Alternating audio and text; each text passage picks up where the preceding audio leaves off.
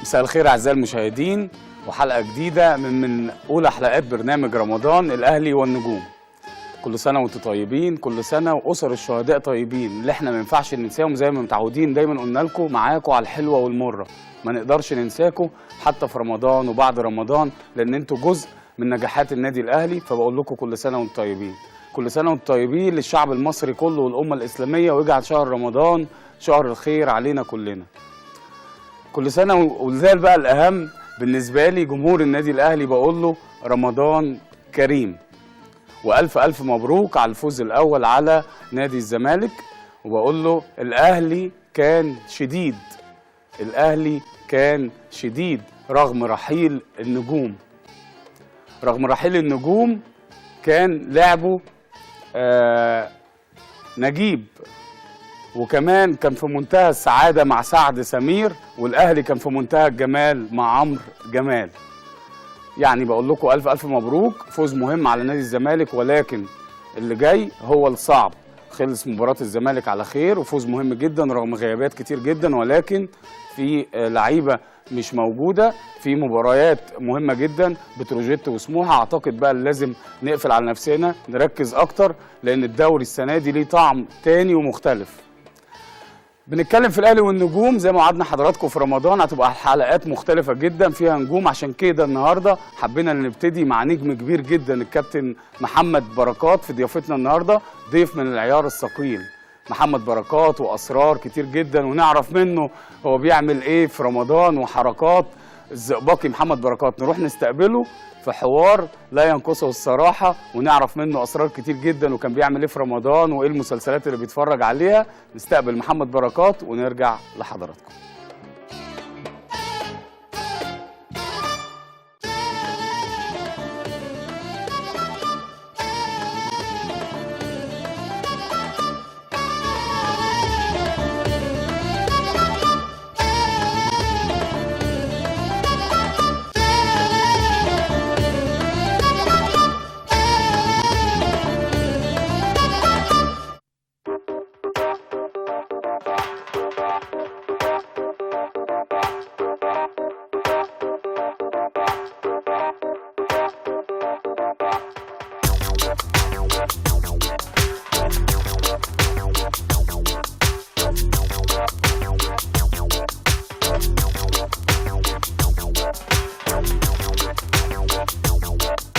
هو نجم وسط النادي الأهلي والمنتخب المصري، وأحد أبرز لاعبي الجيل الحالي في الكرة المصرية، يتمتع بعدة ألقاب، فهو الزئبقي وصانع المتعة وملك الحركات الذي أمتع الملايين من الجماهير سواء من القلعة الحمراء أو من الأندية الأخرى. هو صاحب الابتسامة الشقية والطلة الجذابة والملامح خفيفة الظل، صاحب اللمسات السحرية في الملاعب، المراوغ الشرس المزعج دائما للفريق الخصم، يتحرك وينطلق بكل رشاقة وخفة، صاحب التمريرات المتميزة يرسمها كفنان تشكيلي بارع بكل ليونة وحرية على لوحة المستطيل الأخضر. فهو الزئبقي الذي لا تستطيع أن تمسك به، فهو يفلت بسهولة فائقة من مدافعي الفريق المنافس بحركاته البهلوانية الرشيقة التي تخلب النفوس قبل العقول.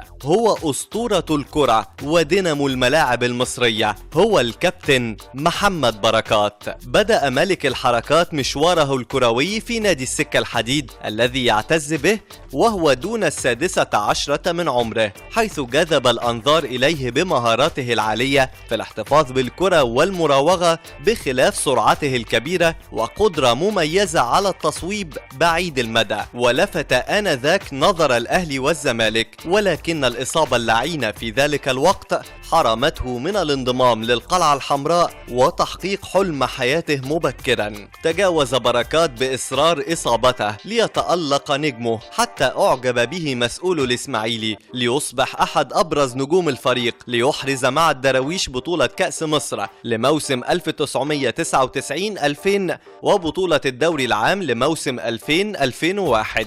تمكن صانع المتعة أن يلفت نظر الأندية الخليجية له. انتقل بركات بمبلغ قياسي موسم 2002-2003 للأهلي السعودي. من نجاح أهلي جدة ينتقل الزئبقي إلى نادي العربي القطري موسم 2003-2004. هتشوف اهو، بص عمل ايه، دخل جوه اهو وصمم بقى انه يشوطها وجابها على اليمين وحطها في البعيده. خش على طول كده تتقطع وهوبا جوه جول بركات. اللمسه الحلوه هوبا والهدف الاول، الهدف الاول على طول للشياطين الحر محمد بركات. انتقل العصفور المغرد إلى نادي القرن بموسم 2004-2005 بعد إصرار المدير الفني البرتغالي مانويل جوزيه على التعاقد معه. وفي موسمه الأول قاد فريقه للحصول على بطولة الدوري دون هزيمة، بالإضافة إلى إحراز بطولة دوري أبطال إفريقيا. وتوج بركات هدافا لهذه البطولة برصيد 6 أهداف، ليحصل بركات كأول لاعب مصري على جائزة أحسن لاعب إفريقي محلي محترف داخل القارة السمراء من هيئة الإذاعة البريطانية BBC عام 2005. حقق بركات مع القلعة الحمراء العديد من البطولات والألقاب، منها حصوله على 6 بطولات للدوري العام من موسم 2005 إلى 2010 وبطولتي كأس مصر موسمي 2006-2007، كما حصل مع فريقه على 4 بطولات لكأس السوبر المصري و3 بطولات لدوري أبطال إفريقيا. على الصعيد الدولي ساهم بركات مع زملائه في حصد لقب كأس الأمم الإفريقية عام 2006 وكان أحد نجومها باعتراف النقاد والخبراء. رغم غياب بركات عن الملاعب إلا أنه يمتع الجماهير كإعلامي وصاحب أشهر برامج الكوميديا والمقالب في أصدقائه، فهو يتمتع بكاريزما فكاهية وقدرة على مداعبة الآخرين ليكون صانع المتعة والضحكة والابتسامة سواء داخل المستطيل الأخضر أو خارجه، ليصبح أحد أبرز علامات الشهر الكريم الذي يطل من خلاله على جمهوره عبر الشاشة الصغيرة.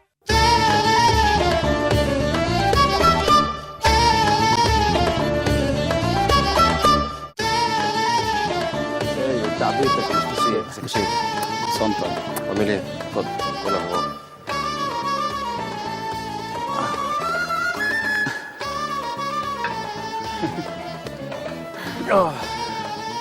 ضيفي وضيف حضراتكم بناء على طلباتكم ضيف من العيار الثقيل محمد بركات لبى طلب الجماهير على صفحه نادي الاهلي. كان طلبات كتير جدا اللي يبقى موجود معانا الزئبقي محمد بركات. كل سنه وانت طيب. وانت طيب يا سيدي. وكل جمهور مش النادي الاهلي بس، كل جمهور الكره المصريه بخير ورمضان كريم. الحلقه ابتدت معاك من بدري، ايه اللي انت عملته بره؟ لا انا جيت لقيت الدنيا مقلوبه بره وبرجاوي قاعد عمال يزعق في كل اللي حواليه، بس فانا المفروض كنت دقيقتين وهخش معاك، بس انا بقى فضلت ان انا اجري اخش بسرعه واخلع من بس انا برجاوي. قلت وكان الناس هيشتمني. انا قلت على طول ان انت ممكن تخرج انت مكان برجاوي. لا صعب برجاوي مخرج مخضرم. مخضرم بصراحه. لا انا اشهد له. هو هيسيبها لك بسهوله؟ لا انا اشهد له بصراحه يعني. بركات، حابين نعرف منك بقى ذكرياتك مع رمضان وانت صغير، النشأة فين، اولادك، كل حاجه عايزين نعرف. في البدايه خلينا نعرف اولادك، خلينا نعرف عندك كام ولد، اساميهم ايه، نشأة بركات فين؟ بص، نشأة بركات معروفة عند الناس كلها يعني. أنا مصر الجديدة يعني في أرض الجولف. كنت في مدرسة عمر بن الخطاب لانجوج سكول، معروفة كده. كل الحاجات ديت ساينس ماس، مفيش حاجة اسمها حساب علوم، الحاجات ديت يعني. أنا النشأة بتاعتي كانت مختلفة عنكم كلكم يعني. هو يمكن لعب الكرة هو اللي خلاني أحتك يعني ببيئات اقل مني شويه. دلوقتي يعني شغال بولينج وسكواش وبتاع. لا مش للدرجه دي، بس هو دي الحقيقه يعني اللي الواحد ما بيقدرش يهرب منها. على الاساس برضو الواحد ساعات بيحاول ان هو ينزل انا عارف ان انت تنازلت ولعبت معانا، انا فاهم الكلام ده. ما انت عارف الكوره لعبه جماعيه، فانت الجماعيه ديت يعني انت ما تلعب فريق 25 واحد ولا 30 واحد طبعا حتى الفروقات هتظهر يعني. بس انا كنت مطالب ان انا اتعامل مع الناس كلها. الله يكون في عونك. انت عارف بتحتاج ناس يكملوا لك الفريق يا بركات، انا عارف دماغك كويس جدا. المهم مش هطول عليك. قول لي لا طول، ما انت اصلك لتات. عندي مرام وادهم وفارس. مرام دي الكبيره عندها 13 سنه، ادهم 11، وفارس اخر العنقود عنده 5 سنين.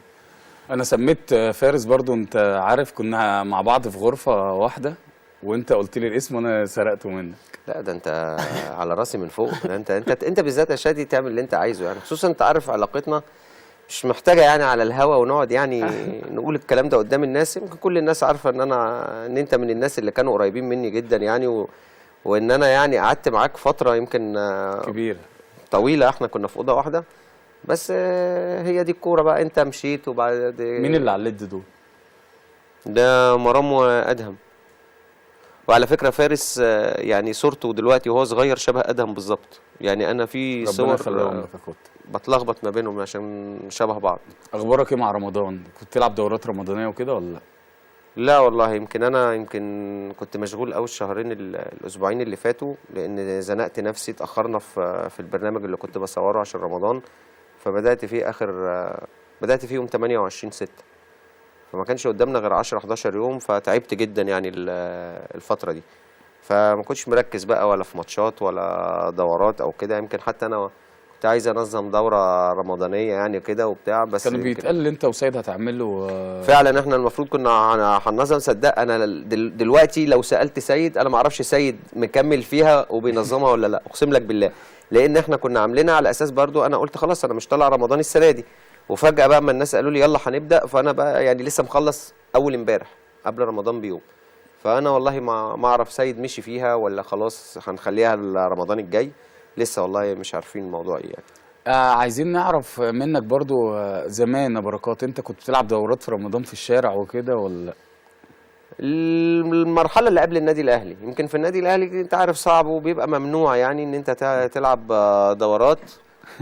شفت سيد قال له كل صوره كده، تحس انه مش مظبوط نفسيا يعني. لو ركزت مع سيد كده انت ليه دايما معروف عنك بتقرص على سيد شويه وهو ما بيردش عليك خالص؟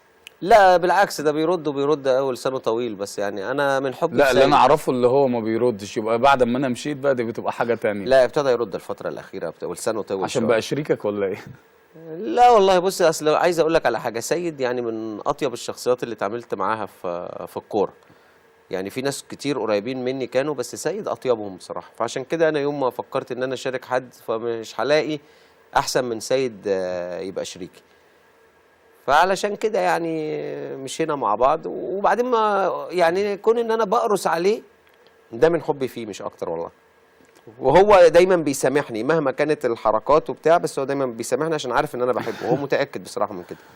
ده انا مش عايز بقى، انت كده هتاخدني بدري للمواقف، بس موقف ما ينفعش يتعدى بسهوله كده، فاكر ولا لا؟ انهي موقف؟ عملت ايه في سيد؟ لا انا عملت فيه حاجات كتير. لا ده انا عارف البلاوي كتير، بس في بلوه انت ما حكيتهاش كتير، اللي انت قطعت له تذاكر كنت هتسفره وتعمل فيه. تضحك ليه؟ يا اخي لا يا اخي لا والله ده والله يا بركات احكيها من الاول عشان خاطري. والله ده موضوع خلاص والله. طب انا حكيته قبل كده والله. لا قوله لي بس، انا ما اعرفش، انا عايز تفاصيل بتاعت الموضوع ده. يعني اديك الملخص ماشي. بتاعه. الملخص بتاعه ان انا فهمت ان في مصلحه جايه من الاقصر، يعني هنسافر الاقصر هيبقى في مصلحه. بس حته اثار ولا ايه؟ ده اثر يا عم واحنا تجار. لا انا فهمت ان في مصلحه كده في الاقصر، هنروح هنسافر هنقضيها كده في ساعتين، والمصلحه ديت يعني فيها مقابل مادي كويس يعني. هو اقتنع بقى؟ هو اقتنع طبعا، بس هو اقتنع بقى اما انا وريت له تذاكر الطيران وحجز الفندق انت اللي رحت قطعت تذاكر الطيران؟ دفع يعني، اتدفع فلوس. الكلام ده فلوس الفندق اتدفعت، وفلوس الطياره اتدفعت، فلوس الليموزين اللي جاي ياخدنا من مطار الاقصر لحد الفندق اتدفع. كل ده كان مدفوع عشان اقنعه، وفعلا اقتنع وكده. وكنا خلاص تاني يوم كنا طالعين على المطار، وصعب عليا بقى واحنا رايحين المطار يعني، فاعترفت له، او يمكن مش اعترفت له عشان صعب عليا، يمكن انا لقيت نفسي طب انا هروح الاقصر اعمل ايه؟ ما هو اوريدي يعني ما مشوار برضو عليا. فاعترفت له يعني. هو من ساعتها بقى يقول لي مش هصدقك في حاجه. مش عايز اروح للمواقف بقى، انا عايز نرجع برضو عشان احنا في الشهر الكريم. عايزين نعرف بقى رمضان بجد بقى، بركات طقوسك في رمضان ايه؟ زياراتك. انا عارف ان انت كنت مشغول وبعيد عن ارض الجولف كمان، فعايز اعرف انت طقوسك في رمضان ايه؟ لا انا في رمضان زي اي حد، انا بحب ان انا الفترة قبل الفطار ببقى قاعد بصحى طبعا من النوم متأخر. بتبقى الفترة دي بيبقى الواحد ما وراهوش حاجة يعني فاضي، بقعد بقى يعني أقرأ قرآن. وبيبدأ بعد الفطار، يعني بعد الفطار ببقى قاعد، لو ورايا مشوار بنزل أعمله، لو ما ورايش بقعد بقى للتمثيليات. يعني أحب أنا أختار لي مثلا كل سنة في رمضان 3-4 تمثيليات أتابعهم، لأني مش هقدر أتابع ال10 ولا ال15 مسلسل اللي موجودين في رمضان كلهم، فبنشن على 3-4 كل سنة وأنا وحظي. بس نشنت على مين من امبارح للنهارده؟ والله بص يعني احنا لسه اول يوم رمضان، فانا لسه في مرحله الاستكشاف، يعني عايز اعرف انا هعمل برضو ايه، يعني ما رسيتش على حاجه. انما اللي اكيد يعني هيبقى الاستاذ عادل امام في صاحب السعاده، دي اكيد تمثيليه هتابعها. من الواضح ان هند صبري عامله حاجه دمها خفيف، اللي هي امبراطوريه مين، فدي برضو هتبقى يعني برضو معايا. كنت سمعت القصة بتاعت المسلسل بتاع ال7 وصايا، فبرضو يعني هتابعه إن شاء الله. طب البرامج الحركات بقى والمواقف والحاجات والكاميرا الخفية والحاجات الصعبة اللي احنا بنشوفها، أنا في حد كان بيتكلم معايا بيقول لي لغاية دلوقتي برنامج بركات بالنسبة لي الحلقة الأولى كانت مفاجأة بالنسبة لي أحسن، يعني كان لسه حد معانا بره قابلني قال لي الحلقة الأولى هي الفكرة أجمد الفكرة. برافو عليك. الفكرة هي الفكرة، يعني الفكرة جامدة جدا، بس هي محتاجة إن الناس تفهمها. يعني هي هتقعد مثلا فهمنا لسه يعني احنا النهارده هيبقى تاني حلقة. يعني هي هتبقى عايزة مثلا لسه 2-3 مع الناس عشان الناس تبتدي تفهم ايه اللي بيحصل. انت عارف ان برامج المقالب عامة اما بتيجي بتتذاع عندنا على مدار السنين اللي فاتت، فدايما الناس بتبقى قاعدة عمالة رايحة في سكة ايه، يا عم الناس ديت بتبقى فعلا بتعمل فيها المقالب، يا عم الناس ديت لا، دايما بيشككوا، في ناس كتير بتشكك. صح. بس فاحنا بنوصل رسالة عن طريق البرنامج بتاع السنة دي اللي هو بركات ملك الحركات، اللي هي فكرته عبارة عن انا بجيب من الاخر وبروح للراجل اللي جاي لي، سواء ضيف، طبعا هو في لعيبه كوره وفي فنانين، يمكن 15 لعيب كوره و15 فنانين. فانا بروح للضيف اللي جاي لي بقول له بص بقى انا مزنوق والوقت، وزي ما انت شايف ناقص اسبوع على رمضان ومفيش وقت نعمل افكار وكده، فبص بقى من الاخر احنا هنعمل مقلب، فاحنا هنمثله. يعني انت هتيجي تمثل انك بيتعمل فيك مقلب وبتاع، وبعدين برامج كتير بتعمل كده يعني، وكل الناس والدنيا ماشيه يعني، والناس بتضحك والناس بتصدق وخلاص. فهي دي فكرته. فهو بيجي المفروض انا بقعد معاه انا والمخرج بنفهمه احنا هيحصل كذا، كل ده متصور وكل ده متصور، هو ما بيبقاش عارف ان هو متصور، وصوت وصوره وكل حاجه. بس فهو المفروض بعد كل دوت بقى بنبتدي نشتغل بقى الحلقه، وبنشوف بقى، يعني مثلا بيفضل بقى يأفور ولا ويشوف حاجه بقى مش عارف ازازه بتتغير، مش عارف واحد ملبوس زي ما عملت معايا زي ما انت، مش عايز اقول زي ما عملت معاك، يعني لان اكيد الناس هتشوفك في يا حلقه. راجل ده انت بهدلتني. بس فهو بقى الراجل النجم اللي معانا بيقعد يأفور، فيجي بقى المخرج يقول ايه، لا ستوب معلش، الافوره لازم نأفور اكتر من كده عشان يبقى بس منظرها حلو يعني. بس انا بقى ايه على مدار، ويعيد ويزيد ويقع، ونقول لا بس الوقعه ديت في احسن من كده، ويقعد ويعمل كل حاجه علشان انت يطلع عارف هو. الكارثه في البرنامج يا بركات الجمله اللي انت بتقولها الاخيره، اللي هي اللي انا شربتها، اللي انت مش متوقعها، لانك انت متوقع في اخر الحلقه هيقول لك خالص. انا برافو بقول لك خلاص. ايه، بقول لك والله شادي معلش وبتاع ده، احنا بنهزر معاك وبنعمل فيك مقلب، انت مستني كده لان اوريدي هو ده الاتفاق. بس انت بقى مش متوقع ان بعد كده اقول لك ان والمقلب الحقيقي ان انت اتصورت وان انت مفضوح قدام الناس كلها ان انت بتمثل عليهم.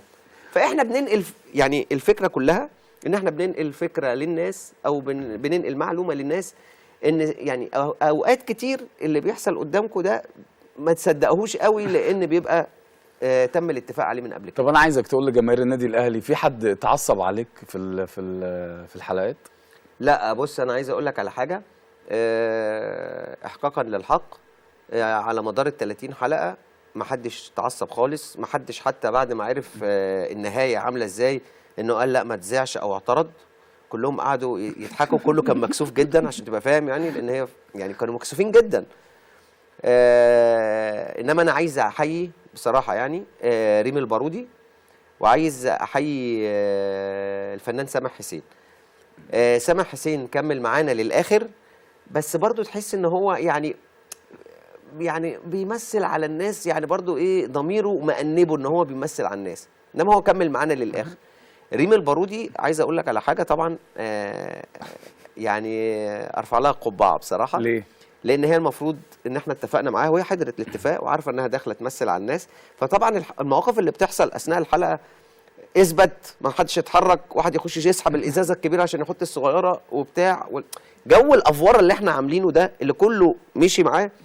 هي كانت قاعده عماله تضحك على اللي بيحصل، يعني هي مستغربه الحاجات اللي قاعده عماله تحصل. انا افكرك بحاجه معينه بقى. فقعدت تضحك، استنى بس، قعدت تضحك وبعد كده قالت يا جماعه، وهي منهاره من الضحك، قالت يا جماعه ده عبث، ده عبث اللي انتوا بتعملوه، انا مستحيل اشترك معاكم في العبث ده ابدا يعني. وفعلا مشيت وبتاع وكده، وبعدين جبناها وقلنا لها يعني بصراحه تحيه كبيره ليكي ان انت ما عندكيش استعداد ان انت تضحكي على الناس، يعني حتى اما احنا اتفقنا معاكي جوه، فانت اما جيتي هنا اوريدي في التمثيل انت مش جايبه، يعني مش جايبه خالص ان انت تمثلي على الناس. بص يا بركات، هقول لك على حاجه اعترف لك بيها بقى على الهوا كمان قدام المشاهدين.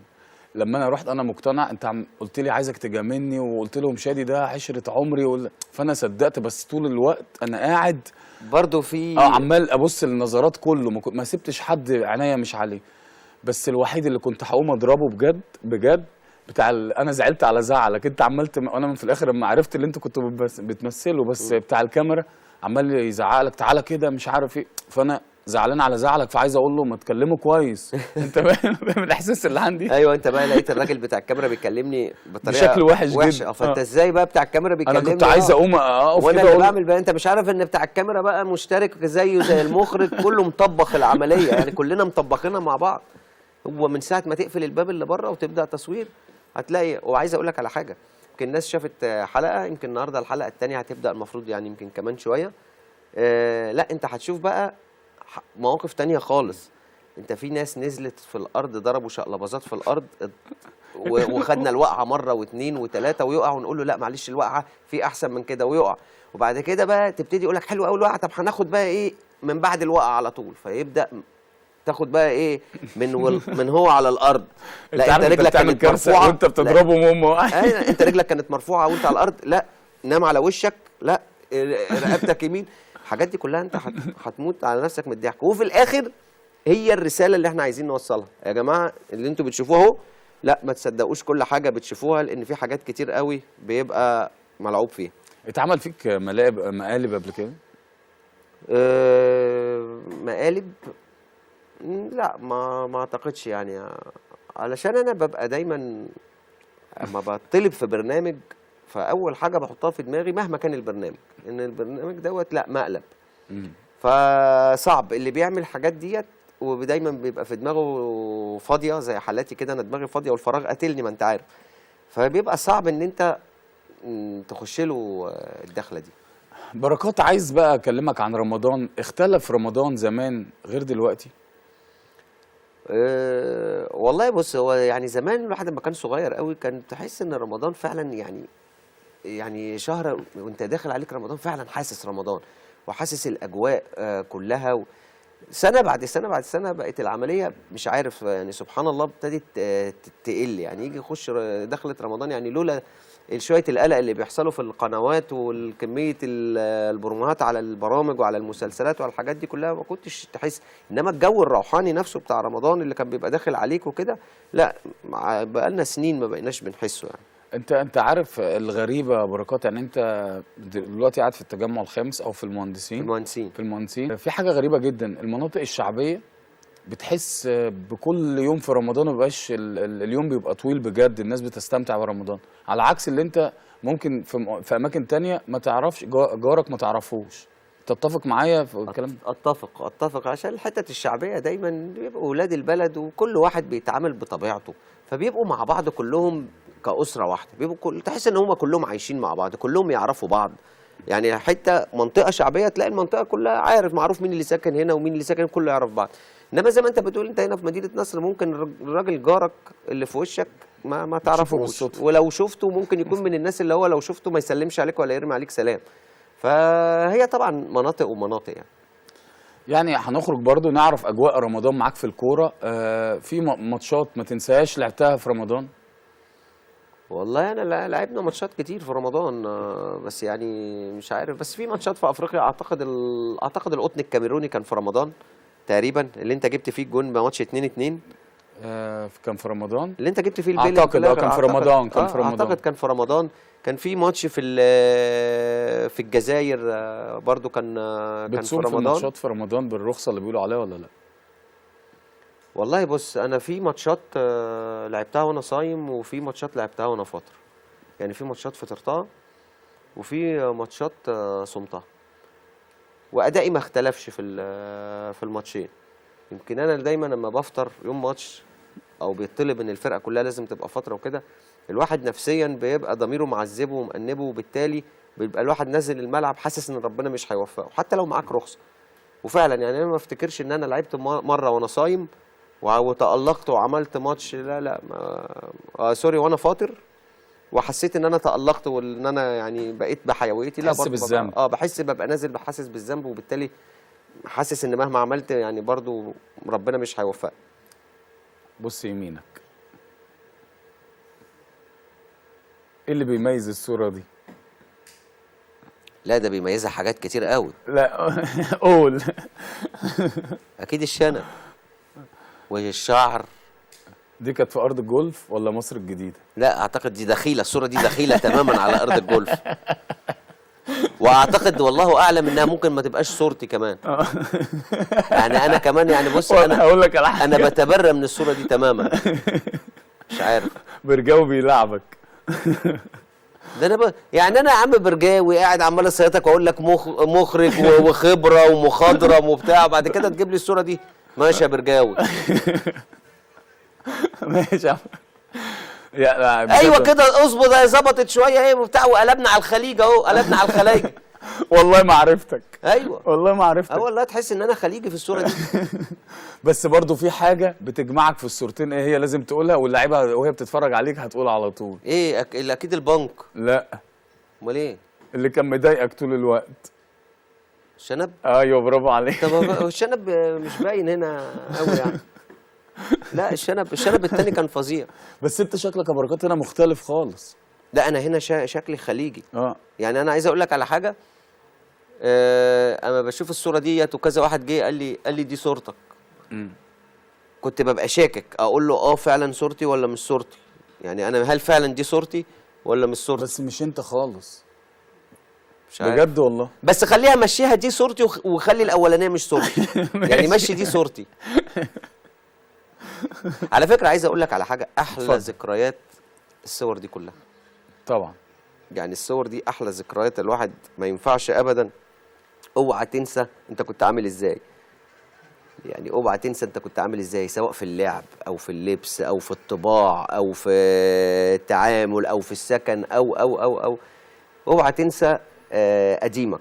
يعني فعلا من فات قديم وتاه، لازم تبقى عارف انت كنت ايه وبقيت ايه، علشان دايما وانت قاعد تبقى عارف وتقعد تحمد ربنا على النعمه اللي اداها لك وعلى الحاجه اللي انت وصلت لها، وان انت دايما تبقى بتتطلع للاحسن.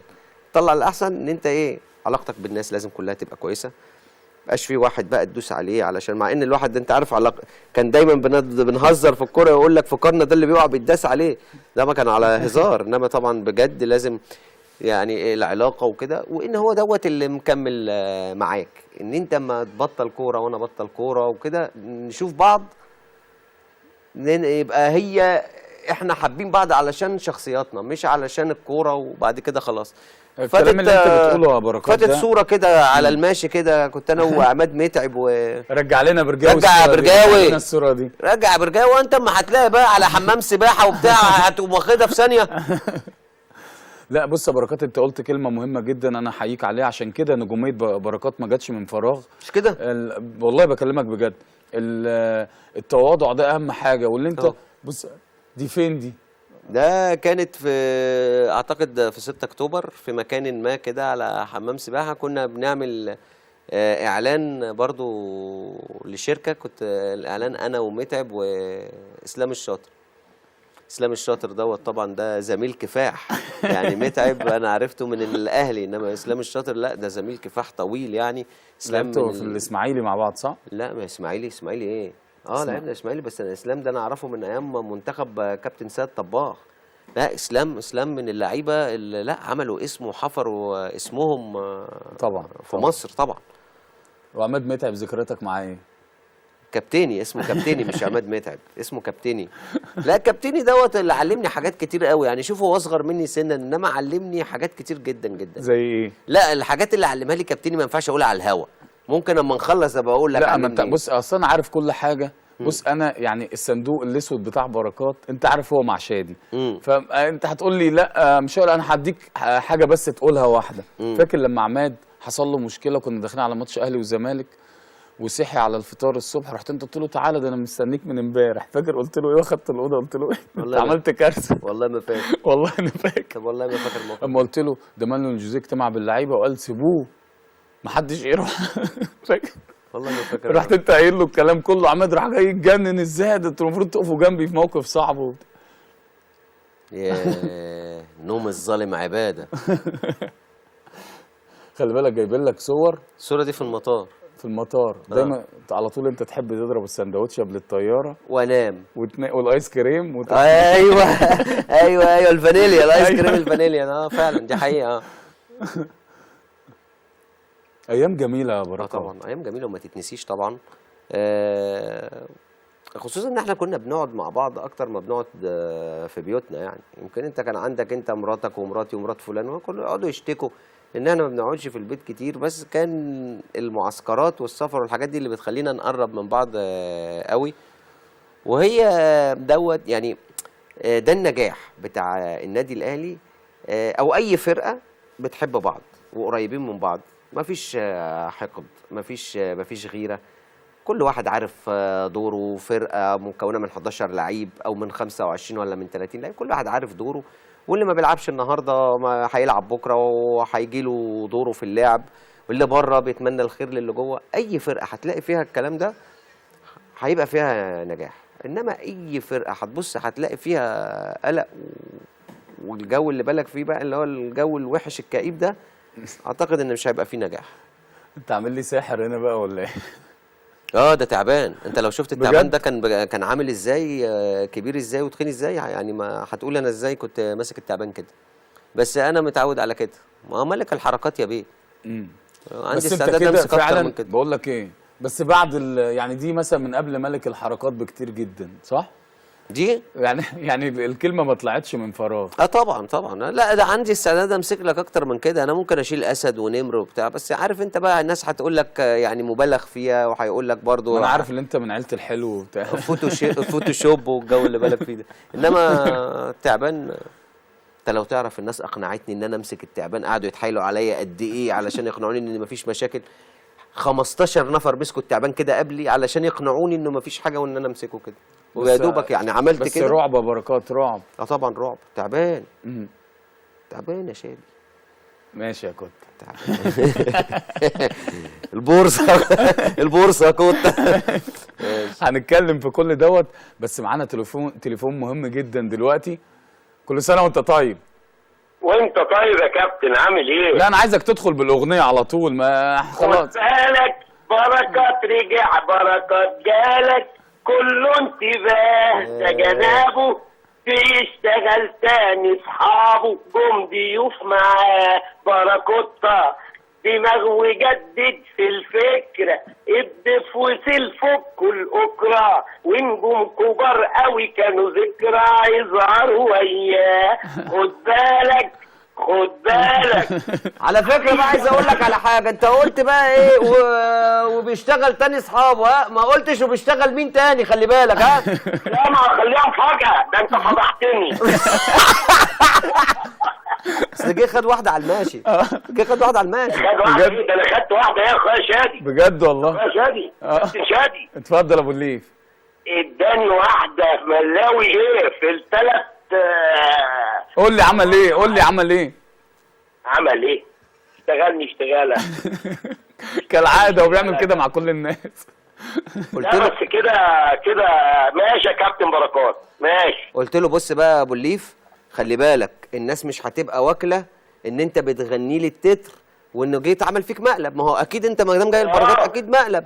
فبص انا هوهم الناس علشان ايه، ان انت يعني دي اول حلقه وانت لسه ما غنيتش التتر، واخر الحلقه هقول لك ان انت ان شاء الله عندي مفاجاه ان انت بعد يومين هتغني لي التتر، علشان بقى خليه يمثل المقلب كويس، ان هو بقى بيمثل معايا وبتاع، ونعمل اكنه شرب مقلب وكده. فهو فرح بقى وقال لي خلاص كويس دي تتقال وكده، على اساس بقى انا لسه ما غنيتش التتر.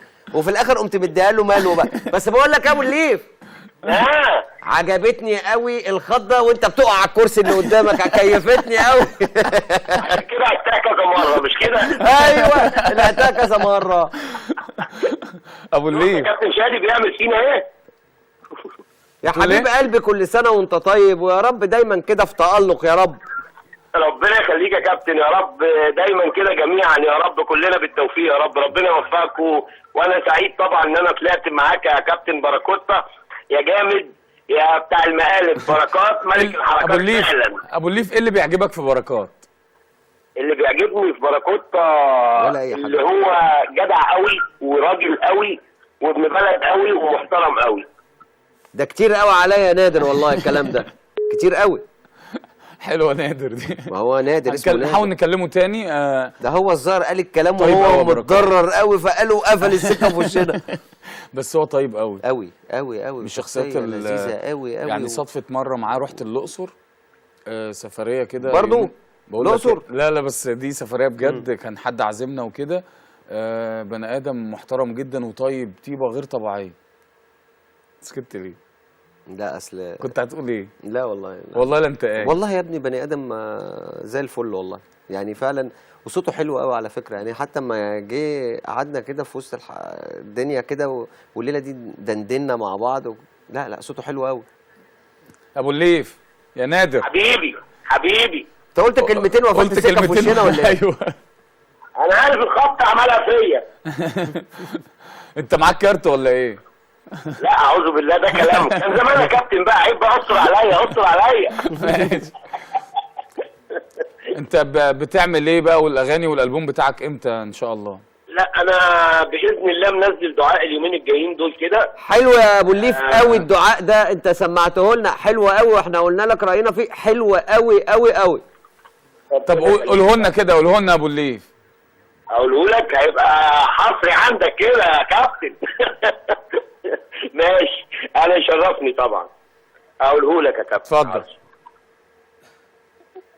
كلنا عبادك يا رب، الغني زي الفقير، الغفير زي الوزير، اللي حلته هدمة واحدة واللي بينام على الحرير. كلنا عبادك يا رب، اللي الأمانة محارة، أحلى بيت فيها على المحارة، واللي حاطي عند قصره أمن ولا أمن استفارة. كلنا عندك ما يفرقناش غير اللي بنعمله، من بيقطع رحمه فينا واللي منا بيوصله، من يعمر في المساجد من لرب العزة ساجد، من بيتبطر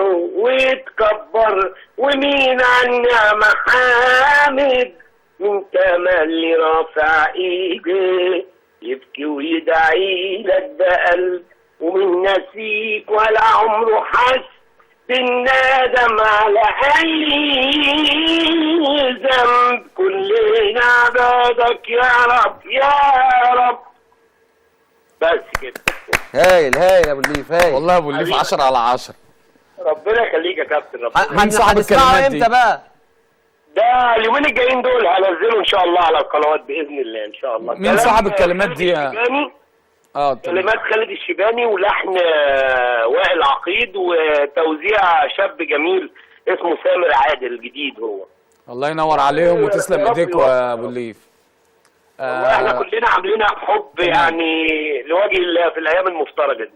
كل سنه وانت طيب، وعايز اقول لك بقى ان شاء الله هتشرفني وتنورني قريب ان شاء الله. حبيبي ده انا اللي اتشرف يا كابتن، ده يشرفني ان انا اطلع مع حضرتك يا كابتن. اشكرك شكرا جزيلا، كل سنه وانت طيب. دلوقتي ناخد فاصل سريع ونرجع نواصل حوارنا مع نجمنا النهارده الكابتن محمد بركات.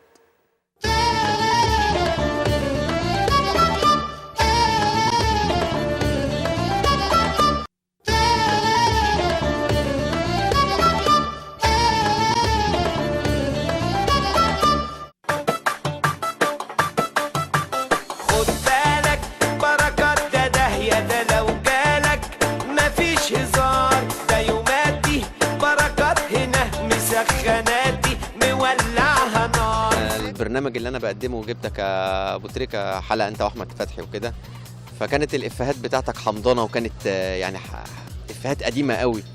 فليه دايما انت يا ابو تريكه ما بتحاولش ان انت يعني تسير التطور وتشوف ايه الافيهات الجديده وايه الحاجات الجديده اللي ممكن تتقال في المناسبات اللي زي ديت؟ ارجع تاني اقول لك كل سنه وانت طيب. هي نجم مصر. جوزها بيحمرق. مين تاني كده؟ جوزها بيحمرق. استنى عشان ما سمعناش تاني كده. جوزها اللي هو جوزها محمد سمير. باراكوتا جاب الضيف وذبح له القطه. الشراب ده بجنيه وربع. لكزس بيخليك تجري بسرعه. ضيف تاني قطعها ملطه. لعلمك مفيش حد في الفرقه ديت بيفهم في حاجه خالص، ولا في لبس ولا في لعب كوره ولا اي حاجه خالص. والله ثبت لعيبه عالثابته ونجوم كبار. ونفسي اعرف مين اللي زق فاضي. خد بالك خد بالك.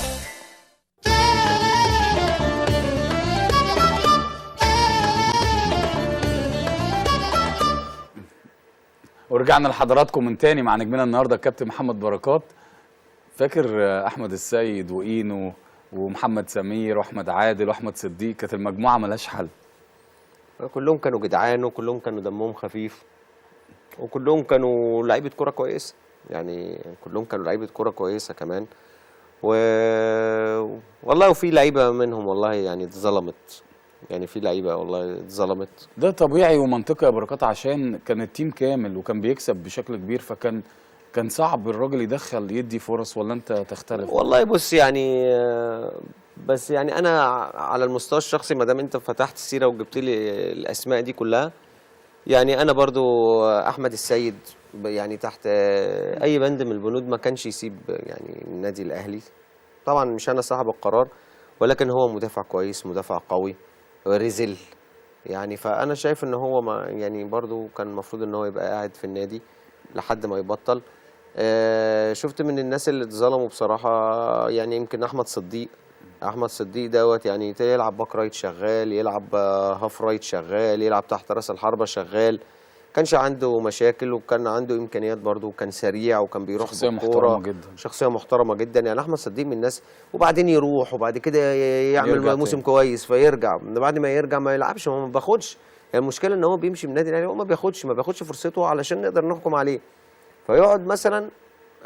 وطبعا المدربين طبعا كل واحد طبعا ليه وجهه نظره، اكيد المدرب في الاول وفي الاخر عايز الفرقه تكسب، فاللي بيلاقي الناس قدامه وبيثبت تشكيله وبيلعبه، فبالتالي هو بيتظلم وبيمشي. فوالله انا من الناس اللي انا زعلت عليها احمد صديق جدا، لان احمد صديق يمكن انت عارف في الاسماعيلي زعلت كان عليه ما بيتبنى مشي. عليه يعني المدرب كان بيبني الهجمات شفت الموسم اللي عمله في الاسماعيليه ما سابنا وراح من افضل الناس، كان من احسن لعيبه مش في الاسماعيليه في الدوري كله. صح. ومع ذلك برضه ما رجع ما خدش فرصته يعني. بس فهو انا حسيت بقى ان هو اتكسر بقى ونفسيته تعبت بعد تاني مره ما مشي من النادي بقى، لان خلاص بعد ما مشي من النادي تاني مره انا ما شفتش احمد صديق. يعني احمد صديق خلاص ما بقتش اشوفه يلعب، بقيت اشوفه في الاتحاد ما بيشتركش ما بيلعبش يعني. فانا شايف ان الفتره بتاعت النادي واللي حصل له في النادي الاهلي ده اثر عليه كتير جدا نفسيا قبل فنيا. حتى عشان كده راح نادي الاتحاد ما بيشاركش بشكل كبير. عارف انت لما تبقى بتبذل مجهود كبير جدا يا بركات وبتحاول ان انت تتألق في مكان عشان ترجع النادي الاهلي وترجع ما تلاقيش ليك مكان، اثرت عليه خصوصا في نادي كبير زي النادي الاهلي. يعني برضو انت دايما اللي بيلعب في نادي كبير، يعني انت مثلا نفسك انت كشادي محمد كابتن النادي الاهلي اللي رفعت يمكن اكتر كابتن رفع كؤوس في تاريخ النادي الاهلي، شادي محمد. اول حاجه كانت مفاجاه كبيره جدا اللي حصل في ماتش انجولا اللي انا ما حضرتوش، ما كنتش معاكم، والموقف اللي اتحكى لي وبعد كده شادي مشي من النادي الاهلي، ده موقف بالنسبه لي ما يتفهمش خالص ازاي يحصل كده. اللي بعد كده بقى اكيد انا حاسه، يعني انا عايزك انت اللي تحكوا لي. يعني طبعا رحت لعبت مع كامل الاحترام لكل الانديه اللي انت لعبت فيها، ولكن هل انت حسيت بنفسك فنيا او ادبيا او اي حاجه زي ما كنت في النادي الاهلي؟ اكيد لا طبعا. يعني اكيد صعب. يعني النادي الاهلي حاجه تانية، يعني صح. نادي القرن اكبر نادي موجود طبعا مع نادي الزمالك، انما وجودك في انديه تانية اقل شعبيه اقل جماهيريه اكيد بيفرق برضه، وبيبقى نفسيتك بتتعب شويه.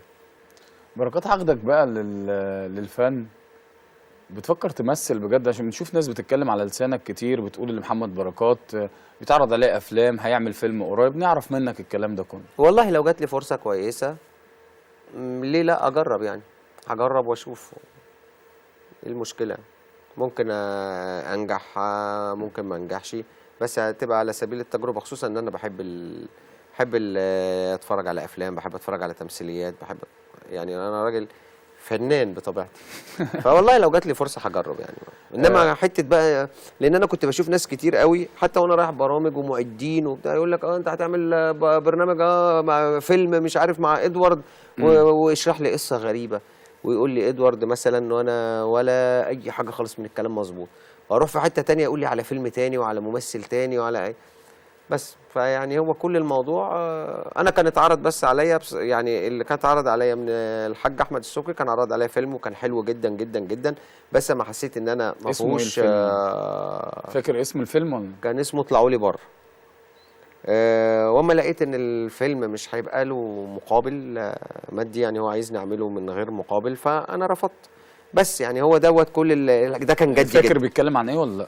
انا فاكر قصته طبعا، بس طبعا يعني هو الله اعلم هم ممكن يعملوه او كده، فانا ما ينفعش ان انا احرق القصه، ولكن كان جامد جدا يعني. حتى يمكن الناس دايما كانت بتعتب على افلام الحاج احمد السبكي على اساس ان بيبقى فيها مش عارف مشاهد خارجه ومش لا، الفيلم ده ما كانش فيه اي حاجه خالص خالص. لا، ما هو الغريب يعني ما انا عايز اعرف منك نقطه. ده اتقال، انا فاكر كويس جدا، اتقال بركات مش هيعمل الفيلم ده عشان طلب مبلغ كبير جدا، وفي نفس الوقت انت بتقول لي حاجه. لا انا هو ده هو يعني هو الحاج، انا ما قلت له ان احنا طب ما قعدناش ما اتفقناش، قال له انت عايز تاخد فلوس في الفيلم؟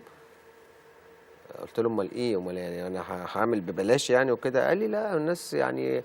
هو قال لي انا محمد رمضان لما بدأ معاه مش عارف خد ايه وبتاع، وما نجمته وعملته وبتاع وكلام من ده، فهو كان واصل للحال ان هو ايه مش هيديني فلوس بس هو هينجمني بس. فانا طبعا ما كنتش يعني انا مش عايزه ينجمني، انا كنت عايز اعمل الفيلم واعمل التجربه واشوف الدنيا هتبقى عامله لا انت قلت كلمه اصل غريبه جدا بالنسبه لي، يعني هنجمك ومش في حلو بينهم. محمد بركات راح نجم بطبيعته. بص، ما هي ديت النقطه اللي كل ما اجي اتكلم معاها مع يعني قدام حد على النقطه ديت برضه يعلق على نفس الكلمه اللي انت بتقولها دي. انما هو دي الحقيقه، هو قال لي كده، قال لي انا هنجمك بس. طبعا انا قلت له لا انا مش عايز اتنجم انا يعني قلت له طب خلاص ماشي اوكي وهرد عليك. بس انا عايز اقول لك حاجه بغض النظر عن الكلام ده ان احنا ما اتفقناش عايز اقول لك حته سكر. يعني الحاج احمد السبكي تقعد معاه بص يعني واحد زيك انت لو رحت قعدت معاه هتتكيف جدا، لان انا اتكيفت من قعدته كلها هزار وضحك وبتاع، وهو دمه خفيف وابن نكته والإفيه على لسانه، وحتى طريقة التعامل الكلام بتاعه كده، على الرغم انه مش هيعجبك وكلامه كله مش هيعجبك، بس انت بتطلع من القعدة مبسوط ان انت كنت قاعد مع احمد السبكي. معانا على الهاتف دلوقتي حماده يلعب معانا الاكسلانس. ابو حميد كل سنه وانت طيب. كل سنه وانت طيب يا شادي يا ابن منطقتي يا حلو. كل سنه وانت طيب. معانا فناننا الجميل احمد رزق على الهاتف. الكابتن بركات بقى عايز تقول له ايه؟ عايز اقول له يا ملك الحركات يعني تعالى بقى العب في ملعبنا بقى خلاص بقى. يا عم وانا مش لاقي اي مقابل في ملعبكم، قال لي هنجمك. طب اعمل ايه؟ الحاج احمد السبكي قال له هنجمك. ايه مقابل في الكوره دلوقتي يا عم الحاج؟ طب يا ابو حميد ما تشوف لي اي حاجه كده معاك كده شبطني طيب. يا عم شوف لي انت حاجه معاك الله يكرمك. هو ده بقول لك ايه، هنبتدي ننفسن بقى، الراجل لسه داخل بقى بيقول بسم الله الرحمن الرحيم. لا انا احمد من الشخصيات بحبها جدا. ربنا يكرمك يا بركات، انت تستاهل كل خير سواء كنت لعيب كوره او فنان او مقدم برامج، انت نفسيتك زي الفل. ربنا يكرمك يا ابو حميد. ربنا هيكرمك من واسع الحمد لله باذن الله. ربنا يكرمك يا جماعه. انا عايز اقول حاجه على احمد. احمد كان ساكن في العماره اللي جنبي، والله العظيم لعيب كوره جامد جدا، كان على طول في فرقتي وبنلعب مع بعض. لا والله العظيم دي حقيقه. لا كان على طول بيهاجم، عشان بيسالوني مركزه ايه في برجاوي، بيسالني كان مركزه ايه، كان على طول بيهاجم وبنلعب. وهو كمان ذكريات جميله في شارع الفردوس في محرم بيه في اسكندريه، فاكر ولا لا؟ فاكر طبعا، ولا اقدر انسى. انا لسه انا كنت هناك قريب. بجد والله؟ طبعا منطقتي، ولسه لغايه دلوقتي بيتي هناك، ولازم اروح كل سنه على الاقل مرتين. طبعا من ساعه والدتي ما توفت مقصر، بس يعني لازم اروح برضه. الله يرحمها. يعني الله يرحمها. خليني يا ابو حميد اسالك، انا يعني انا بامانه وهتكلم بقى بصراحه، مش عايزك تزعل مني، انت ما كنتش زايد في الوزن، زياده الوزن دي هي اللي ساهمت في ادوارك الكوميديه؟ والله بص، جايز انا عن نفسي ما اعتمدتش عليها، بس والله ما تضمنش، جايز هي دي السبب يعني، ما اعرفش. لا انا بحب التمثيل من وانا طفل صغير، ويمكن انت عارف الحكايه دي، يعني كنت ايه مضيع وقتي ما بين لعب كوره وما بين تمثيل، بس التمثيل هو اللي شدني اكتر يعني. صح. دلوقتي شايفينك في مسلسل، معلش انا قاطعك عشان برضه انا حبيت اعمل وصل ما بين دلوقتي انت في مسلسل اكسلانس، وزن نزل بشكل كبير جدا، مقطع احمد عز، فعايزين نعرف منك بقى انت برضه في نفس الوقت نزلت النزول الكبير ده ازاي؟ ما انا قلت بقى يجي بركات يمثل وانا اروح العب كوره يابا. لا احمد بسم الله ما شاء الله عليه. وليه عندك عزومه يا بركات، ليه عندك عزومه اكل السمك ما تنساش. يا عم انت شاور بس وقول جزر وهتلاقيني انا قدامك على طول.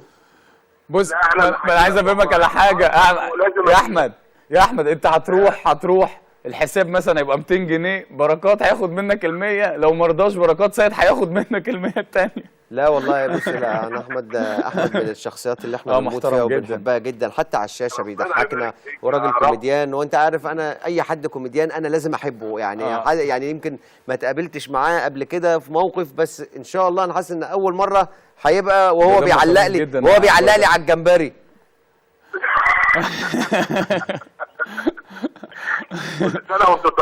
احمد عايز اقول لك على حاجه، انت تجيب له سمك من اسكندريه من الحلقه وتروح على المطعم عنده هم يعملوه لك. خلاص اول مره انا هجي لك قريب والله، لان انا فعلا كان لازم اجي لك بس كنت مسافر، لكن والله لازم اجي لك باذن الله قريب. انا مستنيك اهو، انا مستنيك من دلوقتي.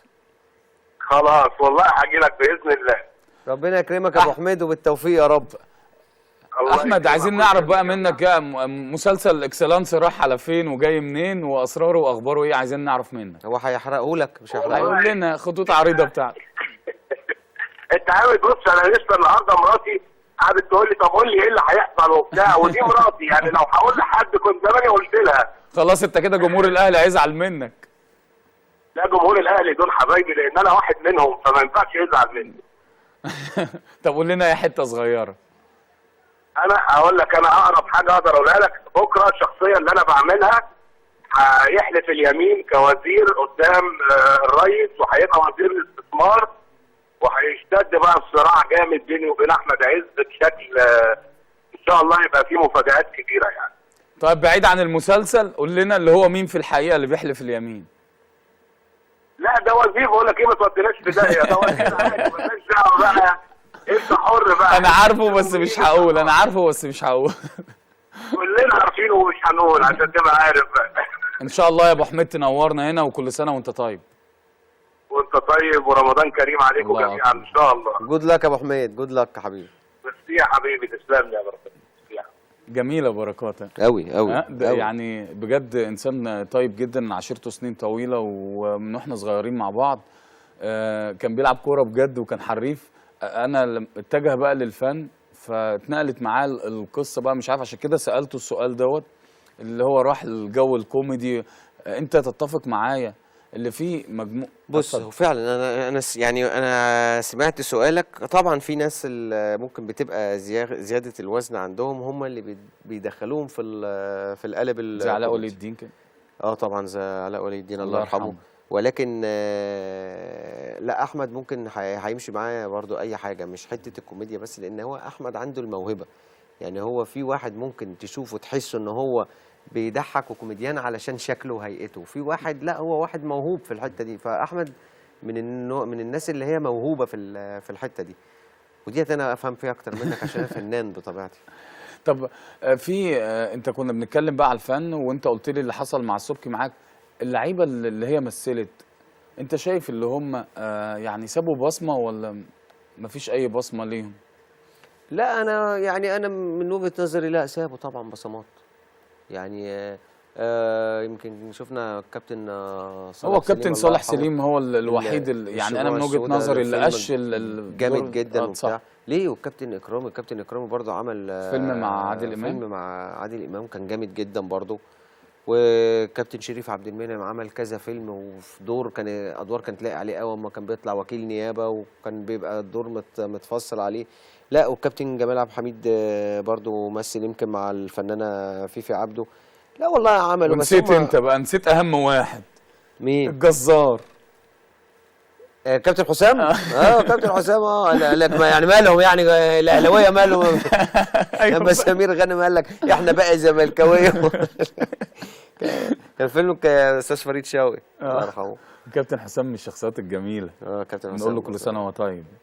كابتن حسام بس هو بيتنشن على علينا كتير، بس هو لا طبعا من الشخصيات الجميله. بص انت قلت بيتنشن، جه معايا هنا في الحلقه الراجل كان بيموتني. ما هو بص، ما دام هو بره يعني، بص ما دام كابتن حسام بره هتلاقي بني ادم تاني خالص. هو طبعا يعني الله يكون في عونه، مكانه في المسؤوليه بتشكل طبعا عليه ضغوط كبيره جدا يعني. بس وهو بره بقى خلاص ومفيش ضغوط، اتفرج على احلى ضحك. ايه اللي وداك تكتب اغاني دماغك مش كده يعني؟ ايه اللي يعني احنا كنا قاعدين في بيوتنا، ما بنتحركش من بيوتنا ايام الثوره، والواحد قعد يمكن ما كانش فيه تدريبات وكل الدنيا وقفت، كنت قعدت في البيت حوالي 20-25 يوم ما بتحركش، والدنيا رايحه جايه، والناس قاعده عماله تخش مداخلات في التلفزيونات والحقونا، والناس اللي بتقول لك انزلوا ومش عارف ايه، واللي مش هينزل اعمله. كان فاكر انت الجو دوت. بس فالدنيا كلها كانت بالنسبه لي ان انا قاعد على السرير مش لاقي اي حاجه اعملها. فهي كانت العمليه بالنسبه لي يعني، ببص جنبي لقيت ورقه وقلم، فضلت قاعد عمال اكتب واشخبط واكتب وما اعرفش ايه. حسيت ان انا واللي انا قاعد بكتبه دوت، حسيت ان ممكن يطلع منه حاجه، حسيت ان ممكن يطلع منه اغنيه، فما كملتها وفضلت اشخبط واقطع واعمل. طلعت البتاع هوبا كلمنا هوبا ايهاب. انت عارف بيحب يغني لمصر قوي، هو وطني يعني، وكل مناسبه تلاقي فيها ايهاب توفيق. ايهاب جميل. فهو بقى غنى وبتاع وخلص ورحنا. طب مين هيلحن مين هوبا هوبا هوبا، خلصت الليله كلها وانتهت ومشيت واتقدمت كده. عارف انت الواحد لو كان مش فاضي ولا مشغول ولا كان فكر اي حاجه خالص.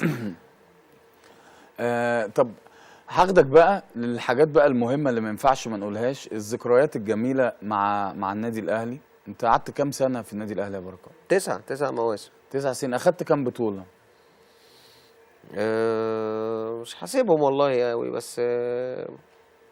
بس يعني حوالي متهيألي ممكن 24 25 بطوله. حوالي 25 بطوله. تاريخ كبير جدا مع النادي الاهلي، بس في ذكريات في نفس الوقت. بس بيتقال عن بركات اللي هو كان بيخاف من 2، عارفهم ولا لا؟ عارفهم طبعا. مين هم؟ كابتن ثابت الله يرحمه. الله يرحمه. وده بخاف منه لحد وقتنا هذا. ومستر مانويل. انا بقى فاكر قصه مستر مانويل لما كان بيزعق للعيب كبير، كان كله بيخاف منه عشان مش عايزين نتكلم حاجه فيها الصراحه يعني. وبيزعق للعيب كبير، كان لازم ياخد معاه واحد كمان. فمره كان بيزعق لعيب بدون ذكر اسماء، وراح جاي واخدك في الطريق كده معاه، فانت بصيت لي قلت لي انا مالي، انا كنت ماشي كويس قوي. ايوه. وبعد كده دخلت تاني يوم الجيم، فقال لك الوجع فين؟ انت عامل انا عايزك تحكي بقى ورجعت وانا اللي احكيها. لا والله يعني هو دايما كده كان هو مستر مانويل ايه يعني، كان يحب ايه ساعات يضرب في حد، فهو ايه يضرب في حد وياخد في سكته واحد كمان ولا 2 كمان. فانا فاكر انا الموقف ده، انا فاكره كويس. عارف فكرته ليه يعمل كده؟ والله ما اعرفش يعني. ما المهم انا فاكر الماتش دوت اللي انت تقصده كان ابو تريكه. كان ابو تريكه كان الشوط الاولاني كان وحش قوي، ما كانش موفق خالص وكده. وانت كنت مكسر الدنيا. وانا الشوط الاولاني لو تعرف انا عامل ايه في البتاع، مش قادر. بص طالع ما بين الشوطين ميت يا شادي يعني. بص من اول ما انا كنت قاعد في وشك، انت فاكر؟ من اول دقيقه لاخر دقيقه قاعد عمال اجري كميه جري غير طبيعي، ولا وموفق يعني. بص بجري وبتعب وموفق، الكوره بتيجي وبتصرف فيها كويس، ورايح بهجمات وراجع بدافع كل حاجه. فهو الراجل دخل بقى كده، ففضل قاعد عمال مسك ابو تريكه، فقام دب فيه كلمتين وبتاع، وبعد كده قام لف لقاني في وشه، قال لي وانت ايه اللي انت بتعمله ده؟ بصيت ايه؟ كنت بصيت لك ايه اعمل ايه؟ طب ايه خلاص، ما كنت هتحول، لو ما كانش ناقص غير ان انا اتحول الشوط الاولاني بس. لا انا اكمل لك بقى عشان افكرك. تاني يوم جه الجيم، فانت قلت للدكتور انا رجلي وجعاني مش نازل. على الحظ اللي انا كان عندي شد بسيط كده، فابتديت اديكوا ظهري وابعد في الجيم لغايه بعيد. فراح جاي مستر مانويل راح لك قال لك ايه الوجع هنا الوجع مش هنا. الوجع عندك هنا. قلت له انا بروح هنا. البيت، اقول لهم انا هتهز اقول قال لك ده ماي ورك ده شغلي، رحت انت عملت له انا سليمه. لا لا هو بص ما دام مستر مانويل حط في دماغه حاجه صح خلاص. والنبي لو عملت ايه، احنا كنا مره بنلعب ماتش مع انبي وكان في السكه الحديد، كان ساعتها الملاعب انا افتكرت انبي 3-3 لا في كارثه. لا مش انبي 3-3، انبي تاني كده كنا بنلعبه في استاد السكه الحديد في الدوري، علشان كانوا بيظبطوا كام ملعب كده. فاحنا الفتره دي الاهلي كان بيلعب في السكه الحديد. فالشوط الاولاني كنت بلعب باك رايت، فالشوط الاولاني ماليش اي ظهور في الماتش، ماليش اي لازمه في الماتش. المهم عمل تبديلات الشوط الثاني كده وقام مطلعني لعبت ايه في الحته اللي تحت راس الحربه اللي انا بحبها. المهم ايه اتغيرت يعني بص 360 درجه يعني، خلاص ما بقيت كويس قوي وبتاع. المهم خلصنا 1-0 وانا اللي جبت الجول. فجيت تاني يوم كان قاعد عمال بقى ايه طبعا يهزق فينا كالعاده، انت عارف هو كان دايما يدينا جامد سواء كسبانين متعادلين خسرانين لازم يدب فينا عشان اللعيبه. وده كان صح، لان انت عارف احنا في لعيبه كانت بتعيش في الدور اما الراجل بيتكلم في حقنا كلام كويس وبيشيد، تلاقي تاني ماتش الفرقه بقت نيله خالص. فهو كان دايما حتى ما بنكسب تفتكر كان يعني يقول لك ايه اكتر يعني ما تشمش نفسك. فهو جه بقى قال لك بقى كان عامل اجتماع وقال لك انت يعني انا بستغرب انت ما رحتش الماتش، ما جيتش الماتش ليه؟ انا نزلتك بس انت ما لعبتش. فبعد ما خلص وفضل ايه وبعد كده كان بيوزع الدرجات وبتاع، فمش عارف كان مدي فتحي لا مش فتحي، انا عايزك تقول لي قالها لك ازاي بالظبط، انا عارف قال لك ايه. قال لي 0. فهو كان بيوزع كام صفر كده على كام لعيب، المهم انا خدت 0. فانا بقى ايه يعني خدت ال0 وسكت يعني في المحاضره، ما خلاص مش هكتر يعني، انت عارف انا ما اقدرش افتح بقي اساسا 0-0. وبعدين انا الشوط الثاني انا كنت كويس وانا اللي جايب الجون ومكسب الفرقه فبعد ما خلصت بقى كده هو نازل الملعب، فقلت اخده كده ايه على رواقه ايه بعيد عن اللعيبه كده بيني وبينه. فالمهم قلت له مستر مانويل يعني الشوط الاولاني كنت باك رايت والشوط الثاني يعني ما غيرت انت ولعبتني قدام، يعني لعبت كنت كويس وضيعت فرص وجبت جون والحمد لله الجون ده كسبنا. قام بص لي كده قام قال لي 0-0 لقيت العروق دي بقى هتنفر عنده وبتاع، قلت خلاص 0-0. رديت عليه قلت له ايه؟ ولا الهوا. مع ثالث 0 ما كنتش قدامه، كنت خلاص كنت بدات التمرين. لا افكرك بموقف انت قعدت تتريق عليا قتلتني ومحدش برضو يعرفه كتير. مره قال لك جمعه بيلعب بالقلب، انا مش عايز كده، العب بالمخ. احمد السعيد مش عارف ايه، شادي تيك شاور. والله لا انت حاجه. ايوه الموقف ده عمري ما هنسى. عارف وانا خارج انت عملت لي ازاي؟ جريت عليا رحت قلت لي شكلك وحش. ايوه صح. انا الماتش كان انت كنت ماشي كويس جدا وهو كان احمد السيد وكان وائل جمعه كانوا الاثنين ما كانوش في حالتهم يعني، ما كانوش مظبطين خالص وكده. وهو فعلا اتكلم عليهم يعني قال لك ان انتوا مش عارف انتوا بتلعبوا بقلبكم ولازم الواحد يحكم دماغه والعصبيه ومش كل حاجه دب وما اعرفش ايه في عقل فكان بيعمل تغيير وبتاع. قام بص لهم وبعد كده بص لك انت قال لك خلاص خش استحمى انت اللي غيرت يعني. هو انا وقفت بس انت قتلتني اليوم ده. انت رحت جاي داخل جوه رحت عامل لي كده مشاور عليا وجبت 2-3 عملت كده. المواقف دي في الكوره بتبقى لذيذه قوي. قاعد يعني هو قاعد بينتقد الاثنين اللي جنبك وانت اللي ماشي كويس يقوم مغيرك انت. طب تيجي نركب الطياره مع بعض؟ هنركب الطياره؟ يا راجل تعال نركب الطياره مع بعض، اوريك حاجه حلوه ونرجع نكمل. تعالى نركب الطياره. يلا بينا. كابتن محمد بركات استضناه وهو لسه صاحي من النوم. انا عايزك بقى تدي كلمه لوائل جمعه زي انت معود الناس عليها، وقال لك اللي احنا مركزين في المباراه. فانت بتشوف اللي وائل جمعه بيركز كويس في المباريات وكده؟ بيركز كويس وادينا ثقه. ازاي؟ يعني بيحسسنا كده ان صعب ان احنا يخش فينا جون، والتعليمات دايما بيصحصحنا. هات المنظر ده بيصحصحنا دايما في الملعب. استغفر الله العظيم. بيصحصحنا وبتاع والكلام ده. انت بس كمان شويه بس البساط اللي بيديها لنا بقى ما حد بيلعب باك رايت، البساط اللي بيعدل ويقوم بيديها لك ده مشى 4 باك رايت من النادي الاهلي وكده، وانا اللي دور عليا اقسم بالله بالبساط اللي بيبصيها دي. يا جماعه يعني اللعيبه كلها بتتعب قبل المباريات، ربنا يعني يهدي بطن رجلكم. ربنا يكفينا شر جمعه.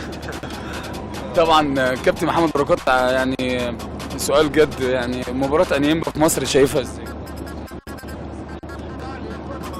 مباراة صعبة جدا في مصر، مش عايزين يعني نفرح وكده وكل حاجة، بس مش عايزين يعني ندي الماتش، مش عايزين نتساهل. احنا قبل كده رجعنا فرحانين من تونس 0-0 في النهاية واتغلبنا 3 في مصر، فلازم نبقى مقدرين المسؤولية.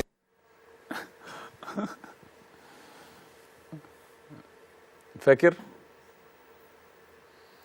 انا في ليا تعليق لا لازم تقول على اللي شفناه ده. اتفضل. سيبك من شادي محمد ووائل جمعه وبركات وبوس الايد وكان ورايا كان مين؟ محمود سمير. صح. سيب كل دول، ارجع ورا بقى. ارجع لنا ارجع لنا الكرسي اللي ورا خالص. اصل بركات ده بيدقق يعني في ابسط التفاصيل. ايوه، هات لي ابو طاقيه بقى، ابو كاب اللي هناك ده، حسام عاشور. هو ده المفروض كان ماسك جرنان في ايده. المفروض كان ماسك ارجع دي قبل النهايه. ارجع بقى هات لي الجرنان ده. لا هات لنا الجرنان. بيعمل ايه بالجرنان؟ هو ده السؤال. عايز تقول ايه؟ هو عاشور لو فتح الجرنان هيعرف يقرا؟ مش هيعرف يقرا، مستحيل. خلص عليك. تصدق الوحيد يعني ابص اهو. قول لي ده بيعمل ايه بقى؟ يضحك علينا؟ هو مش بيقرا العناوين. مستحيل. انت لازم تديله واحده كلها. لا بس هو الواد عاشور هو خلص عليا فعلا. عمل معاك ايه؟ الجلاشه. ايه الجلاشه؟ يعني خلص عليا، عمل بص يعني زي ما انت عملت معايا. معاك انت يا عم، انا مالي يا عم بيك؟ سبتني لوحدي، كنت ماشي معايا زي الفل. طيب هم انتهزوا فرصه ان انا مش موجود معاك في انجولا وخلصوا عليك من انجولا بدري. انت عارف الاعلان اللي كان بيجي السنه اللي فاتت؟ انت مالك انت ومال اللي حصل في انجولا؟ قول لي مثلا. ما اعرفش. رمزي صالح الواد عدل من نص الملعب وقام شايط له صاروخ من نص الملعب، ورمزي فضل واقف كده من نص الملعب، فضل واقف كده لحد ما الكره دخلت، وبعد ما دخلت قام طاير عامل كده بعد ما دخلت، وفي الاخر انت طب انت مالك؟ يعني فاهم انت مالك؟ مش عارف والله. انت عارف ايه اللي حصل لي بالظبط؟ انا بفكر في الاعلان بتاع السنه اللي فاتت. بجد والله انا حصل لي كده، ما ينفعش اقول غير كده. ايوه صح والله. طب بقول لك والله ما بهرج يا بركات. انا يعني هو نصيب ورزق طبعا في الاول وفي الاخر، بس انا اللي عاجبني اللي انت بعد ما اخدت قرار الاعتزال ابتديت تروح تساند الفريق، تنزل معاهم التمرين، ودي في ناس اعتزلت ما بقتش تروح اصلا. لا بص، انا النادي الاهلي بالنسبه لي ده بيتي. انا لعبت فيه 9 سنين، شفت يعني اللي ما شفتوش. نادي كبير، نادي محترم، نادي كل لقطه فيه وكل لحظه يعني ليا ذكرى فيها. ففعلا انا يعني فعلا انا اتشرف بصراحه ان انا لعبت في نادي زي النادي الاهلي. وكل الناس اللي قابلتها بصراحه في النادي الاهلي، حتى لو في بعض الناس كان عليها علامات استفهام، فانا برضو سعيد جدا ان انا اتعاملت مع كل الناس من اول العمال. انا ما زلت مصر ان اجدع شخصيات اتعاملت معاها في النادي الاهلي هم العمال. هم اللي انت عارفهم وانت بتحبهم جدا، وانت عارف هم بيحبوك ازاي. هم العمال حنفي وسيد عواد ومكي والواد حارس، مش عايز انسى اسامي حد، وصلاح وطارق شوقي، كل دولت انا بحبهم. هم دول يعني احسن ناس انا اتعاملت معاهم. فالنادي الاهلي هيفضل بيتي على طول.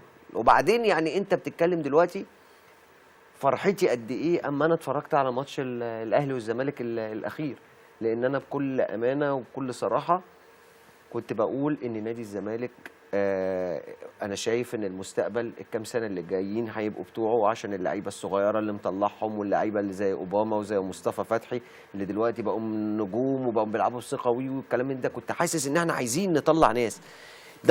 ده ماتش المقصه بداوا فيه الولاد الصغيرين لعبوا، كانوا 10 على 10، كانوا كويسين جدا. حسيت ان انا عندي لعيبه كويسه، بس برضو ما يعني ما قدرتش احكم عليهم كويس، علشان برضو ماتش المقصة حصل له ظروف.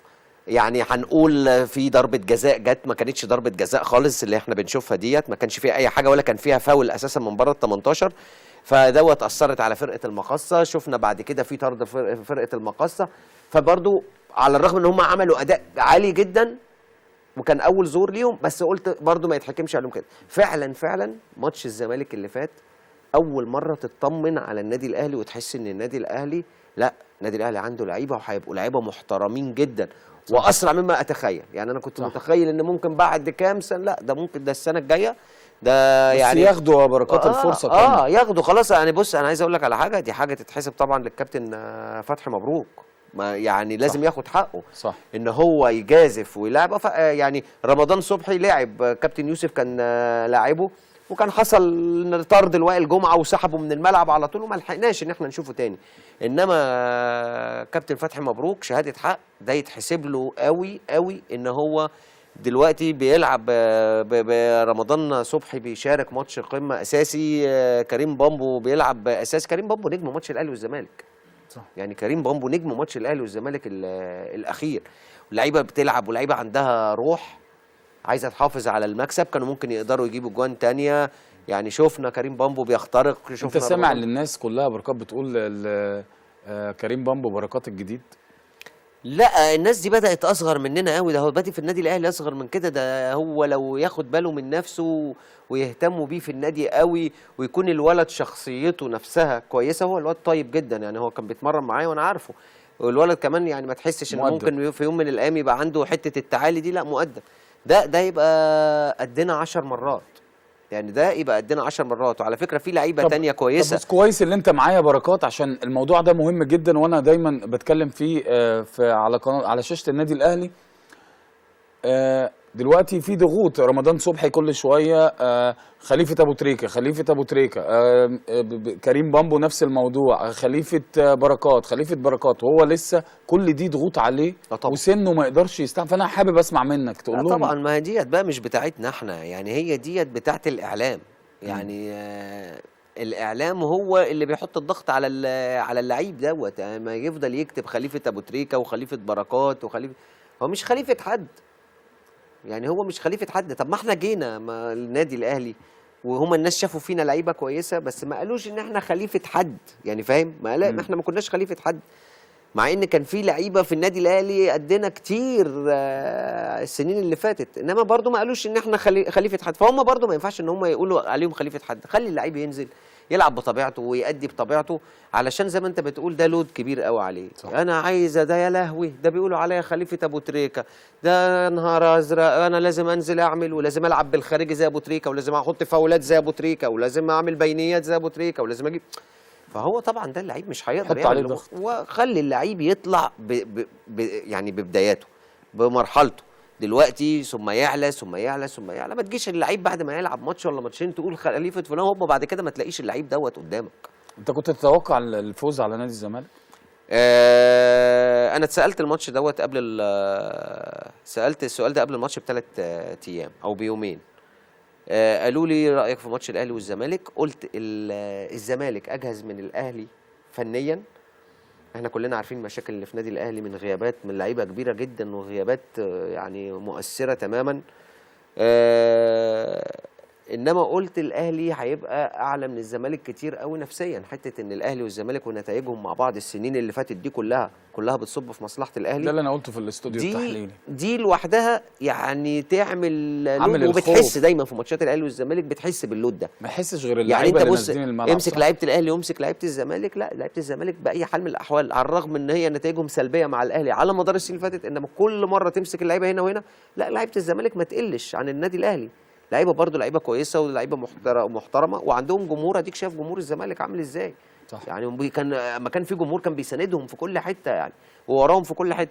انما حته النفسيه مهمه جدا في الكوره، وفعلا بتحسها. يعني بتحس ان مهما كان الزمالك ماشي كويس بيجي قدام الاهلي تحس ان هو لا بيلعب في حته يعني ما هو مش هيحصل. انا كذا ماتش بتقدم من الدقيقه الاولى. انت فاكر السنه من سنتين كده ولا من 3 سنين كان الزمالك كل ماتش ما يلعب الدقيقه الاولى احنا بننزل خسرانين 1، اول مع السنتره يخش فينا الجول، ومع ذلك بنقدر ان انت بترجع للماتش بتخلصوا تعادل بتخلصوا مكسب.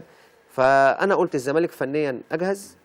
الزمالك ابتدى يكسب في الوقت الضايع ماتشات ما كناش بنشوف الزمالك. كنا انت قلت بتروجيت هتفوز بالدوري الرباعيه؟ لا انا ما قلتش كده، هم خدوا الكلام. لا هو انا طبعا اقرب الاهلي والزمالك، طبعا الوضع الطبيعي ان هو يبقى الاقرب، انما هو ما تجنب الاهلي والزمالك على جنب. لو الاهلي والزمالك ما خدوش، انا كنت قايل ان بتروجيت هيبقى هو الاقرب من سموحه. مش ان بتروجيت هيكسب الدوره الرباعيه، لا ما في اهلي وفي زمالك. اتفاجئت بفوز سموحه غريبه جدا، 4. انا بقول لك انا قلت بتروجيت الاقرب على اساس بتروجيت حتى كورته اللي بيقدمها كان في ثبات في المستوى طول الدوري، احلى، بيلعبوا كرة على الارض حلوه وكده. سموحه برضو بيقدموا كرة كويسه، ولكن برضو عندها برضو اللعيبه بقى يعني ديفندرات زي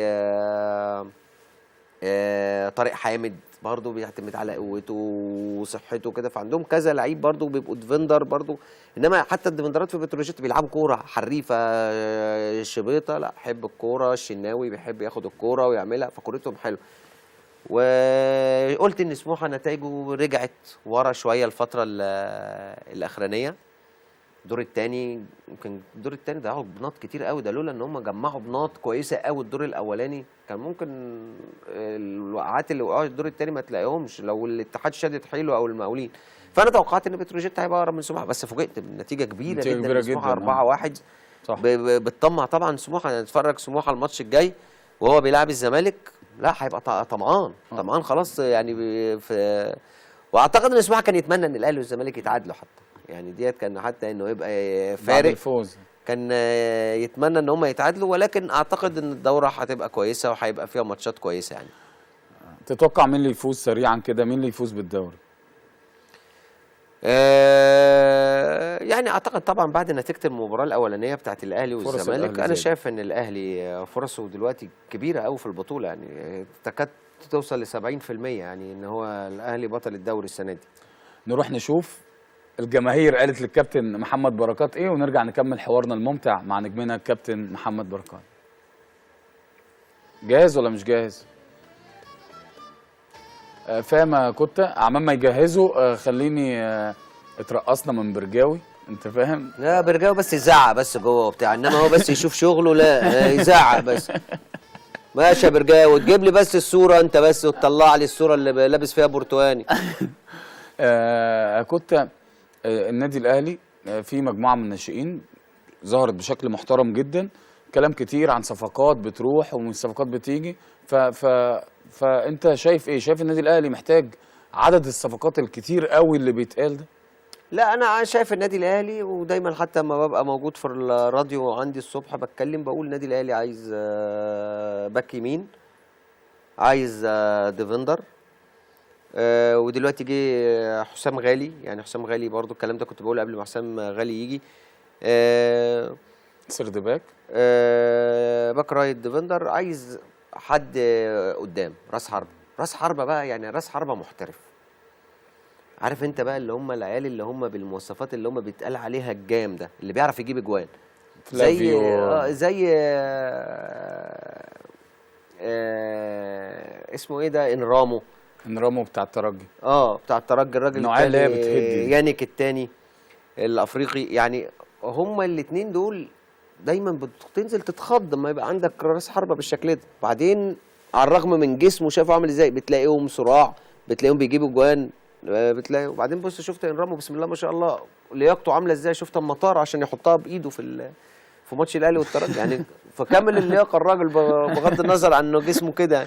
فاحنا عايزين راس حربة في النادي الاهلي يبقى هجام، هو الراجل شغلته ان هو يجيب اجوان، مش لازم يبقى حريف قوي وكورته حلوه يحطها ويعدي ما بين 2 و3، لا انت بساعات بتبقى محتاج اللاعب الافريقي اللي يجي يلعب ما يبقاش قاعد على دكه احنا النادي الاهلي قاسى الكام سنه اللي فاتوا دايما في الناس اللي بتيجي حتى قدام بيجوا ما بيلعبوش وبعد كده بيمشوا.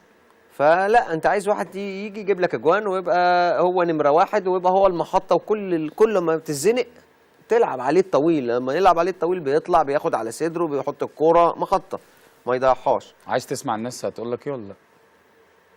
نسمع. لو الجو جاهز انا خايف بس نروح نشوف التقرير الناس قالت ايه للكابتن محمد بركات، ونرجع نكمل حوارنا الممتع مع الزئبقي بركات.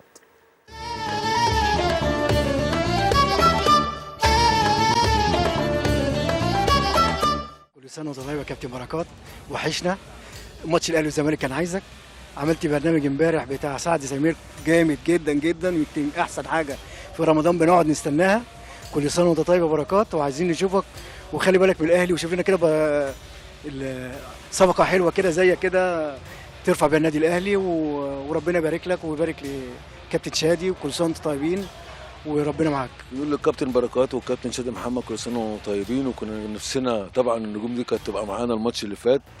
وابو ادهم طبعا بنقول له كل سنه وانت طيب، عايزين نشوف ادهم ونشوف فارس يا كابتن شادي في النادي الاهلي قريب، ونتمنى لهم طبعا الاثنين كل التوفيق في الاعمال الاخرى بعد كره القدم، ونتمنى ان الاثنين يقربوا للنادي الاهلي في الوقت الحالي. طبعا كابتن محمد بركات نقول له كل سنه وانت طيب، وطبعا الكابتن شادي كل سنه وانتم طيبين. طبعا كنا مفتقدينكم امبارح في ماتش الزمالك، بس يعني شباب النادي الحمد لله يعني، ونقول لهم كل سنه وانتم طيبين.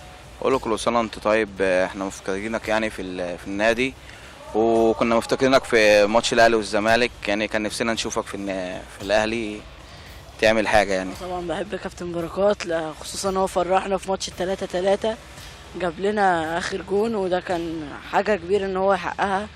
واحب اقول له كل سنه وهو طيب، وكنا نحب نشوفه في الماتش اللي فات اللي الاشبال عرفوا يتصدروا فيه نادي الزمالك، والحمد لله على كل فوز وبتاع. انا بحب اقول له كابتن محمد بركات كل سنه وهو طيب، وانا عايز اقول له ان كابتن محمد بركات وابو تريكه وائل جمعه عندي في قلبي معزه خاصه، ان هم اللي عملوا معظم بطولات الاهلي الاخيره من 2005 لحد دلوقتي، وبصراحه احنا مفتقدينه في الملعب.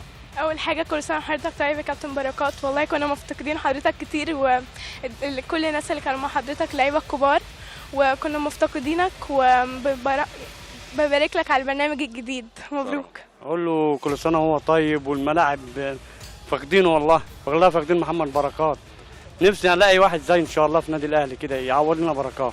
هو ان شاء الله الواد باندو ده هو اللي هيعوض لنا بركات باذن الله. كل سنه وانت طيب يا كابتن بركوتا، وحشنا لعبك وحشنا البرنامج بتاعك، احنا كلنا مستنينه على صبر يعني، عاوزين نتفرج على البرنامج الجديد، وحشنا حركاتك وحشنا صوتك وحشنا كل حاجه فيك.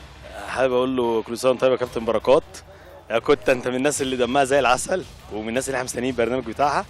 وانا عن نفسي ما انساش لما كنا قاعدين في المدرجات وكنا قاعدين على اعصابنا والزمالك كسبان، وانت كنت وسعت عماد متعب وحطيت الكوره، بصراحه رجعت لي روحي تاني، ما انساش الموقف ده بصراحه.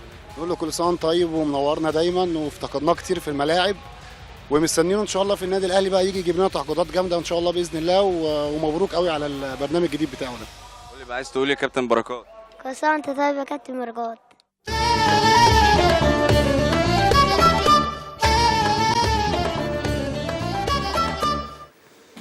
ورجعنا لحضراتكم من تاني مع نجمنا النهارده الكابتن محمد بركات. حب الناس ده بركات بالدنيا. والله طبعا يعني يمكن الفترة اللي أنا قعدتها في النادي الأهلي يعني يمكن ارتبطت بيها ارتباط كبير قوي بجمهور النادي الأهلي، وهم طبعا الناس دي طبعا ليهم فضل كبير طبعا بعد ربنا عليا وعلى شهرتي، وعلى إن هم يعني حسسوني إن أنا حاجة مهمة بالنسبة لهم، وكفاية اهتمامهم كفاية حبهم. حتى وانا بعيد عن الملعب فتره الاصابات، بعد ما بعدت عن الكوره، يعني انا ببقى سعيد لان هو دوت اللي انا كنت عايز اسيبه، يعني ده اللي انا بحب اسمعه مش وانا بلعب. سمعت كلام زي ده كتير وانا بلعب، انما اللي بسمعه دلوقتي بعد ما خلصت اللعب هو دوت اللي يخليني فرحان ومبسوط. فانا والله يمكن على المدار الفتره اللي لعبتها كنت اتمنى ان انا اقدم لهم احسن حاجه عندي. اكيد جيت فترات قصرت، ولكن حتى الفترات اللي قصرت فيها اكيد كان غصب عني، ولكن كنت بحاول دايما ان انا اظهر بمظهر يعني يليق بالنادي الاهلي، وان انا ابقى يعني سبب في سعاده الناس دي. النهارده دي حصري عندنا يا كابتن بركات، جماهير النادي الاهلي في التدريب، جماهير النادي الاهلي الوفيه، جماهير النادي الاهلي صاحبه البصمه الكبيره جدا في بطولات النادي الاهلي، النهارده رايحه تقول ده النهارده في حصري حالا لسه جاي في التمرين، النهارده في التدريب رايحين نقولوا للفريق مبروك على الانتصار على نادي الزمالك، رايحين يقولوا للفريق اللي احنا وراك، انت مهم جدا، واحد زيك الجماهير بتحبه، الجماهير بتثق فيه. شايف المنظر اللي احنا شايفينه ده تقول لهم ايه؟ طبعا ده منظر في غايه الاحترام، وهو ده جمهور النادي الاهلي اللي هو دولت طبعا، هو واضح ان دولت طبعا التراس، يعني دولت الالتراس بتاع النادي الاهلي، اللي هو حتى بقى لو كان زعلان من الفرقه او من لعيبه او من مواقف، فبرضه هم اما حسوا ان الفرقه محتاجه لهم دايما بيبقوا حريصين ان هم يروحوا يوصلوا رساله ان احنا برضو مهما حصل احنا معاكم، احنا وراكم.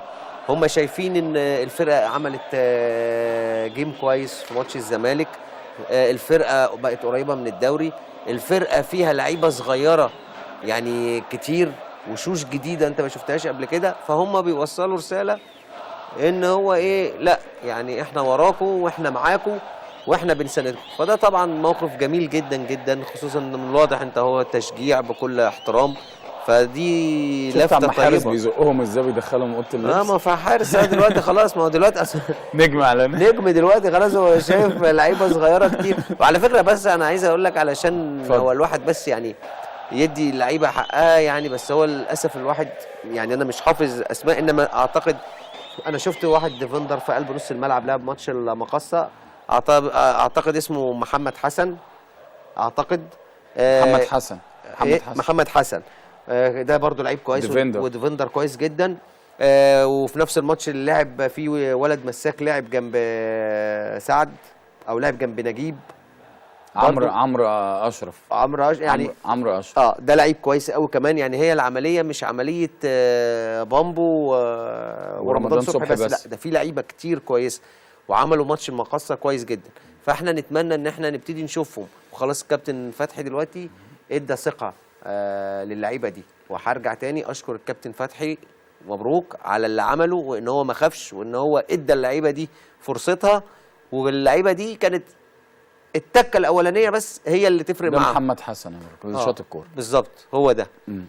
فاعتقد يعني كابتن فتحي ادالهم المجال، وهم عليهم بقى زي ما قلت لك ان انا اوري بقى امكانياتي. خلاص انا لعبت في اجمد ماتش ممكن العب فيه، خلاص انا لعبت ماتش الزمالك، ما ارجعش اخاف بقى بعد كده وانا بلعب، لا يعني العب بقى بطبيعتي. انا راجل دلوقتي المدرب واثق فيا، الجمهور اهو جاي بيشجعني اهو، خلاص حتى جمهوري بقى واثق فيا، انا العب بقى من غير ضغوط، ابتدي بقى ايه، اقول ان انا هبدا مشواري مع النادي الاهلي دلوقتي. اللعيبه دي هتبدا مشوارها مع النادي الاهلي دلوقتي، الشاطر اللي يكمل بقى ال 30 سنه اكيد. اللقطه دي محتاجه مننا كلام كتير جدا، بس مين بتقول له يا مدرسه؟ يا مدرسه يا مدرسه قول الو يا مدرسه. ايه يا كابتن مصر؟ ايه الاخبار عندك يا مدرسه؟ كل سنه وانت طيب يا كابتن مصر. طب بالصحه والسلامه حبيبي. احسن برنامج انا بشوفه اهو. انت عارف يا بركات، انت على المستوى الشخصي بالنسبه لي حاجه كبيره جدا، وده بالنسبه لي هعيط يا مدرسه هعيط. قلت لك ما تدينيش الكلمتين دول على الهوا كده. لا انت الكلمه اللي مش عايزها مش هديها لك. معانا على الهاتف وكيل اعمال الكابتن محمد بركات، حازم الحديدي، من الشخصيات المحترمه. ازيك يا حزوم، عامل ايه؟ عامل ايه؟ كل سنه وانت طيب. انت طيب يا حبيبي. هتقول ايه للكوته؟ لا كنت انا لو قعدت اقول من هنا لغايه بكره مش هخلص الكلام. انت عارف بركات من اللعيبه يعني بالنسبه لي على المستوى الشخصي انا بحبه جدا، ويعني انا ببقى مبسوط جدا وهو في احسن حالات. الحمد لله ربنا كرمه اليومين دول، عمل برنامج كويس.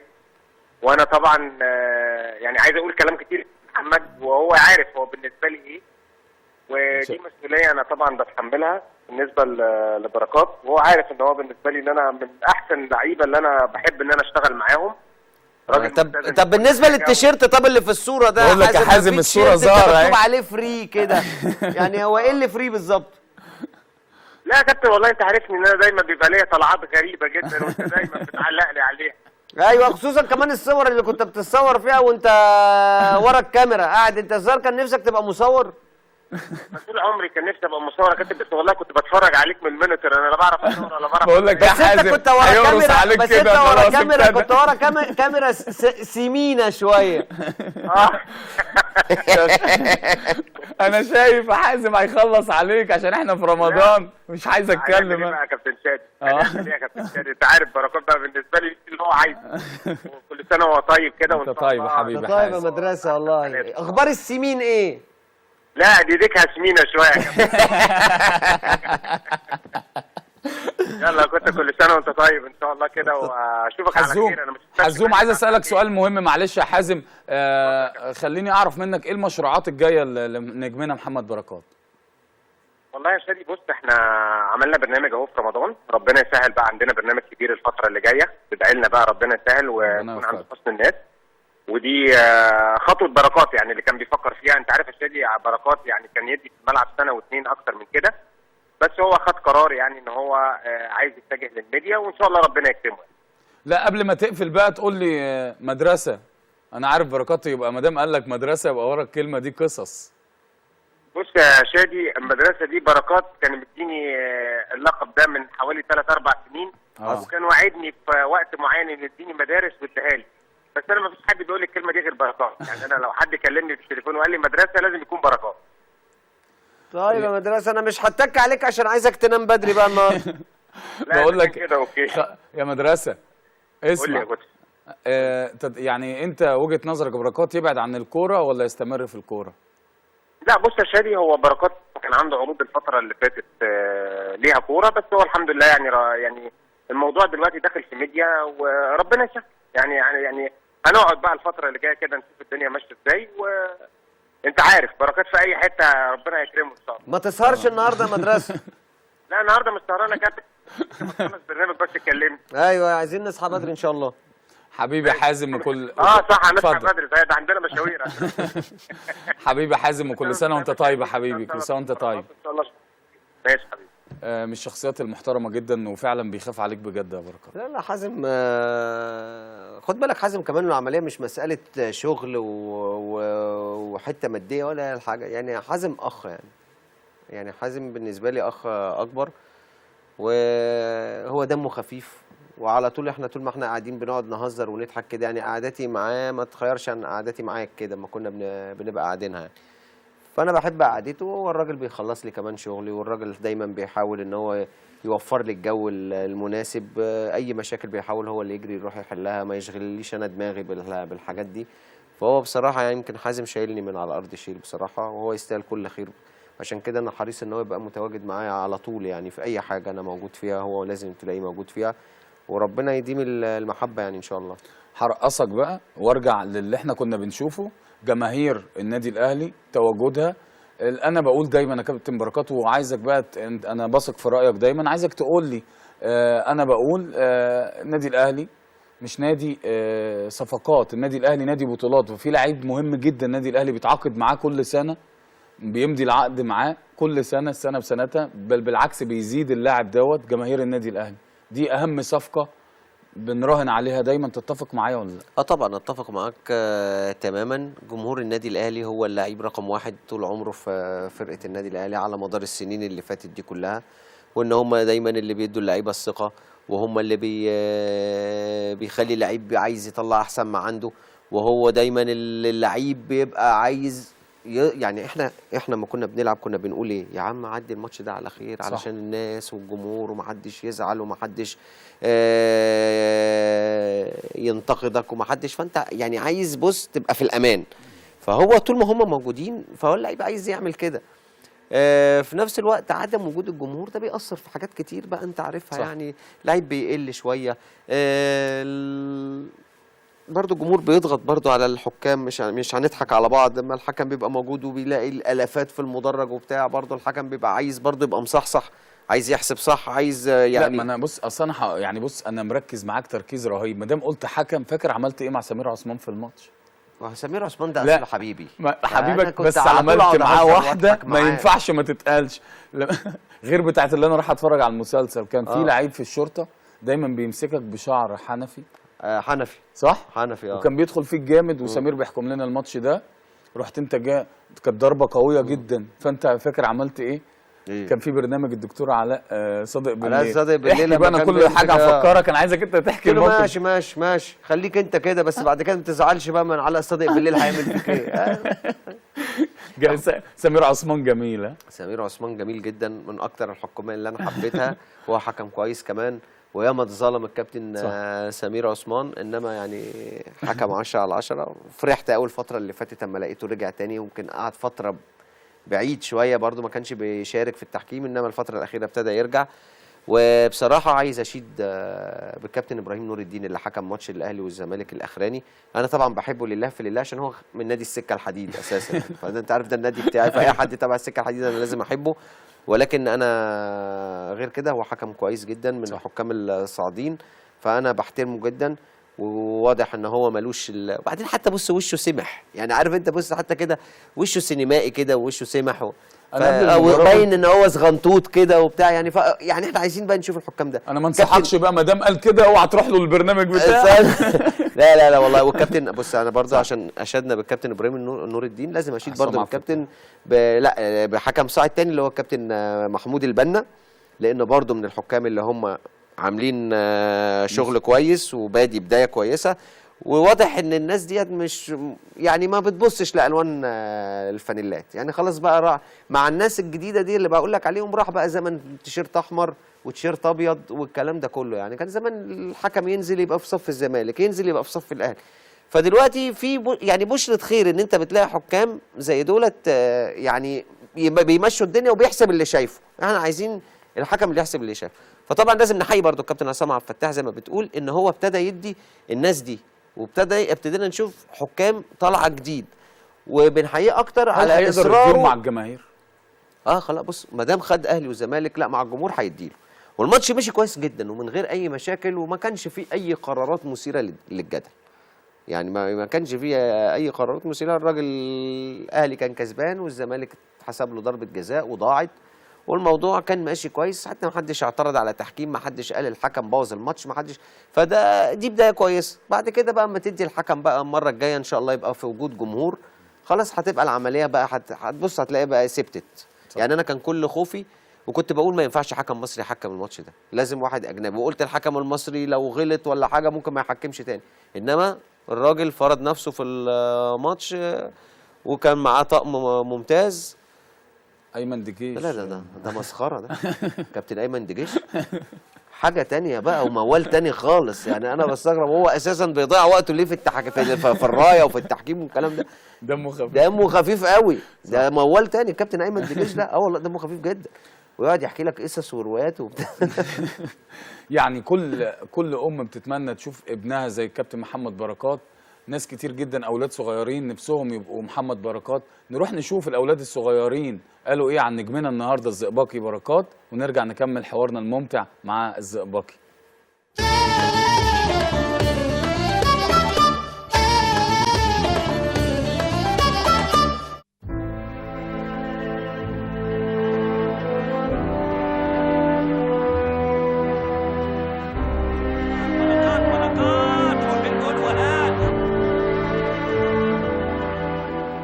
يعتبر بركات قدوة لقطاع كبير من اللاعبين بسبب حفره في الصخر وكفاحه برغم إصاباته وشقه طريقه للمكان اللائق في قلوب الصغار قبل الكبار. لو مثلا عايز تسأل سؤال لكابتن محمد بركات تقول له ليه سبت منتخب مصر آخر مرة؟ ما لعبتش ليه في الزمالك؟ أقول له أنت ليه ما لعبتش في هولندا؟ أنت ليه ما لعبتش بالمنتخب كتير؟ أحلى لعيب في مصر. أنت فتحت مطعم مراسي ليه؟ إيه الأكل موجود عندك في المطعم بتاع مراسي؟ اعتزلت ليه؟ ليه اعتزلت؟ ليه اتسحبت من الأهلي؟ ليه اعتزلت؟ ليه اعتزلت؟ أنت ليه اعتزلت يا بركات كده؟ أقول أنت تألقت وأديت كويس جدا، وكنت المفروض تكمل يعني الموسم ده وتمشي، بس شكرا ليك على اللي أنت أديته مع الأهلي.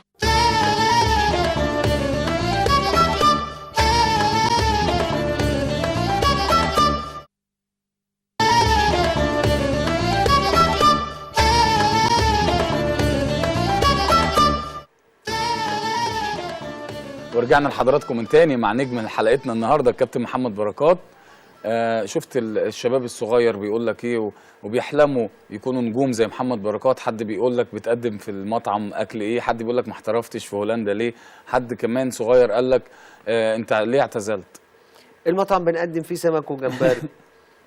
ليه اعتزلت؟ علشان خلاص حسيت ان انا وصلت ل 37 سنه ما اعتزلت، فقلت كفايه قوي كده. كنت ممكن العب سنه ولا سنتين وصحتي اقدر، بس انا مش حابب ان انا العب لحد ما ابقى جبت اخر يعني. لا اطلع كده دلوقتي وانا واقف على رجلي احسن وافضل بالنسبه لي وبالنسبه للناس يعني. حته بقى الاحتراف وكده، انا في هولندا لا انا لعبت هي سنه في السعوديه وسنه في قطر، وحسيت من خلال الاحتراف يعني سواء هنا او هنا ان انا من الناس اللي هو ما اقدرش قوي ان انا اطلع بره البلد يعني. يا دوبك على قد هو السنه دي والسنه دي وكده كفايه قوي يعني. مش ان هو بعدين السن كان اتقدم بقى كده، وموضوع الاحتراف في اوروبا دوت عايز واحد يلحق بدري بدري كده زي محمد صلاح يعني والنني فانا راضي قوي الحمد لله عن الفتره اللي انا قضيتها كلاعب كوره. متابع كاس العالم ولا لا؟ شور. حلوه شور دي. شور. حلوه شور دي. طبعا متابع. امال ايه؟ على فكره عادتك مع حسام عاشور غيرت. بصيت لي كده ليه؟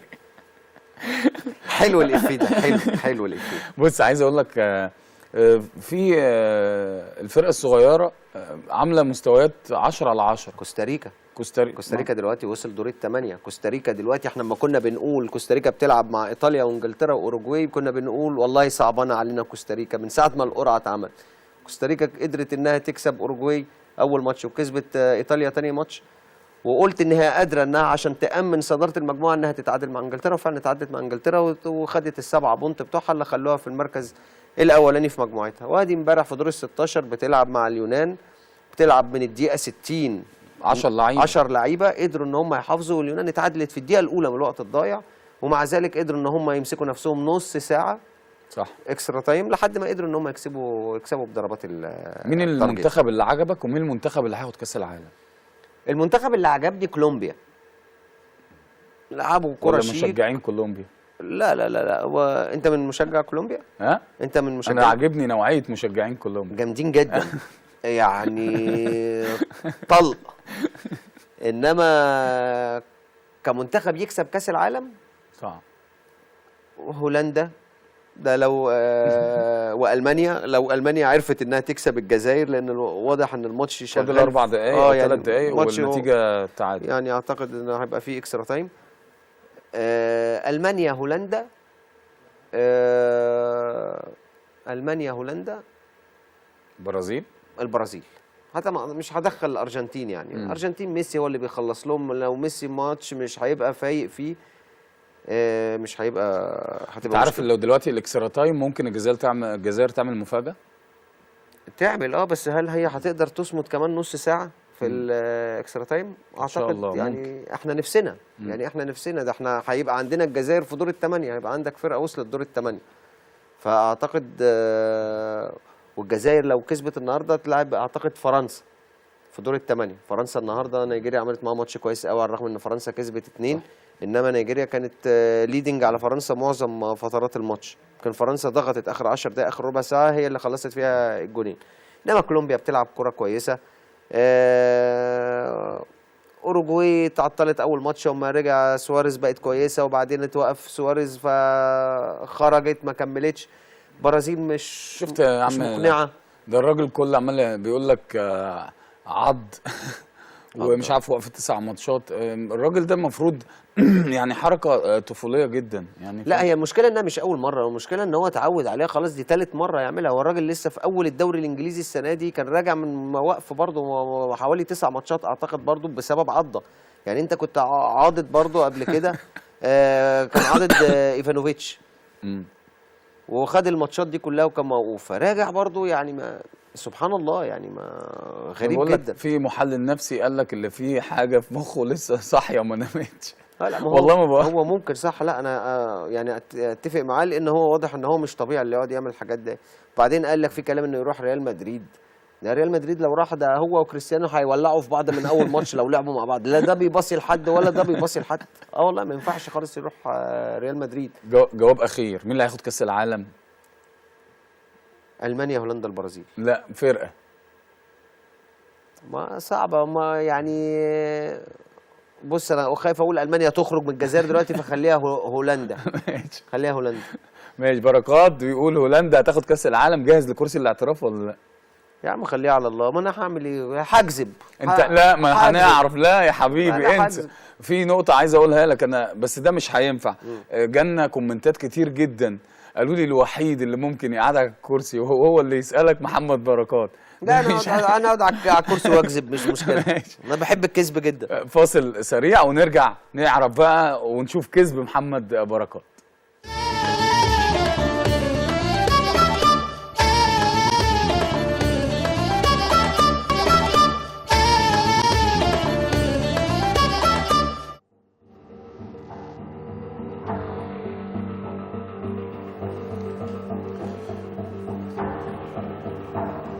جاهز يا كوتا؟ جاهز. شايفك عندك ثقة جامدة جدا، بس خلي بالك عشان أسئلتنا صعبة قوي. بس يالا ماشي.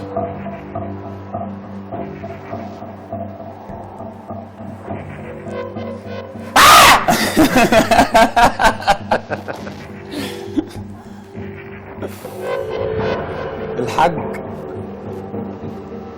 بركات أحمد بيمثل لك إيه؟ كل حاجة، الله يرحمه. افتقدته؟ طبعا، هو اللي عمل لي كل حاجة. عمل لك إيه؟ عمل لي كل حاجة، هو السبب في كل حاجة كويسة أنا وصلت لها لحد دلوقتي، وأي حاجة هوصل لها بعد كده برضه هو السبب فيها، الله يرحمه. الله يرحمه. إيه يا عم أنت بتوصل ده لأولادك؟ أنت فرحان إنه مات ولا إيه؟ بتوصل ده لأولادك؟ يعني حتى لو مش بوصله، بس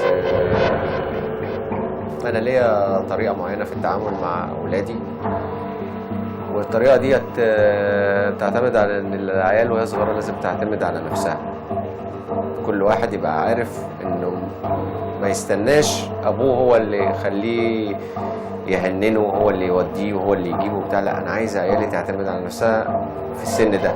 عشان كده أنا كنت حريص إن أدهم ابني كان في أسبانيا الأسبوع اللي فات، وكان في أول رحلة ليه لوحده من غير أبوه وأمه. ما خفتش عليه؟ لا خالص، والدته اللي كانت خايفة وقلت لها سيب الواد. قلت له اتصلت بيه مرتين. طبعا والدته كانت بتتصل بيه كل يوم، قعد اسبوع واديته فلوس وقلت له لازم تشتري وتعمل شوبينج. وبعد ما رجع من المطار كلمته وقلت له انت جبت ايه من اسبانيا؟ قال لي اشتريت شرابين. قلت له انت اهطل يالا. والله حلوه، والله بوظتني الفتره. والله كام شرابين. حاجه غريبه جدا. كل ده بص، اصل اقول لك على حاجه، اسئله صعبه جدا. انا كنت اشتغلت لك بصراحه عشان انا بحبك، لكن لو حد تاني والله العظيم يعني كنت قلت له الاسئله بتاعت الناس القويه اللي احنا مختارينها. هو ده العشم برضه يا شادي، ما هو انت برضه تشيلني حبه وانا اشيلك حبه كده يعني. ايه اللي فيك من الحاج بركات؟ والله حاجه كان لذيذ وقعدته حلوه كده، وكان يحب خفه الدم كده، يحب ينكش في الناس، فانا واخد منه النكش في الناس شويه. بس انا سمعت اللي هو كان داخل شمال في الاخوان جامد جدا. لا، احنا طول عمرنا عيله، هتجيبنا يمين هتجيبنا شمال، لا لينا في الطور ولا في الطحين. ما نحبش السياسه ولا نحب نتكلم فيها، ولا نحب نتكلم في الكوره اكتر، نتكلم في اي حاجه. السياسه ما شفناكش مع اي واحد كان مرشح للرئاسه ليه؟ مع ان في ناس راحت وسنة. ما انا لسه قايل لك يا بيه ماليش فيه. بس انا عندي معلومه اللي انت ليك فيه. لا والله تحت. لا والله يا ابني. ولا عارف مين ولا لا؟ لا كان جاري ورحت له كجار يعني، تمنيت له التوفيق حتى هو ما توفقش. طب ايه رايك في اللعيبه اللي راحت تلعب سياسي؟ والله هو كل واحد حر وكل واحد ودماغه. في واحد بتبقى الوطنيه قتلاه شويه، انما انا الحمد لله ان الوطنيه مش قتلاني.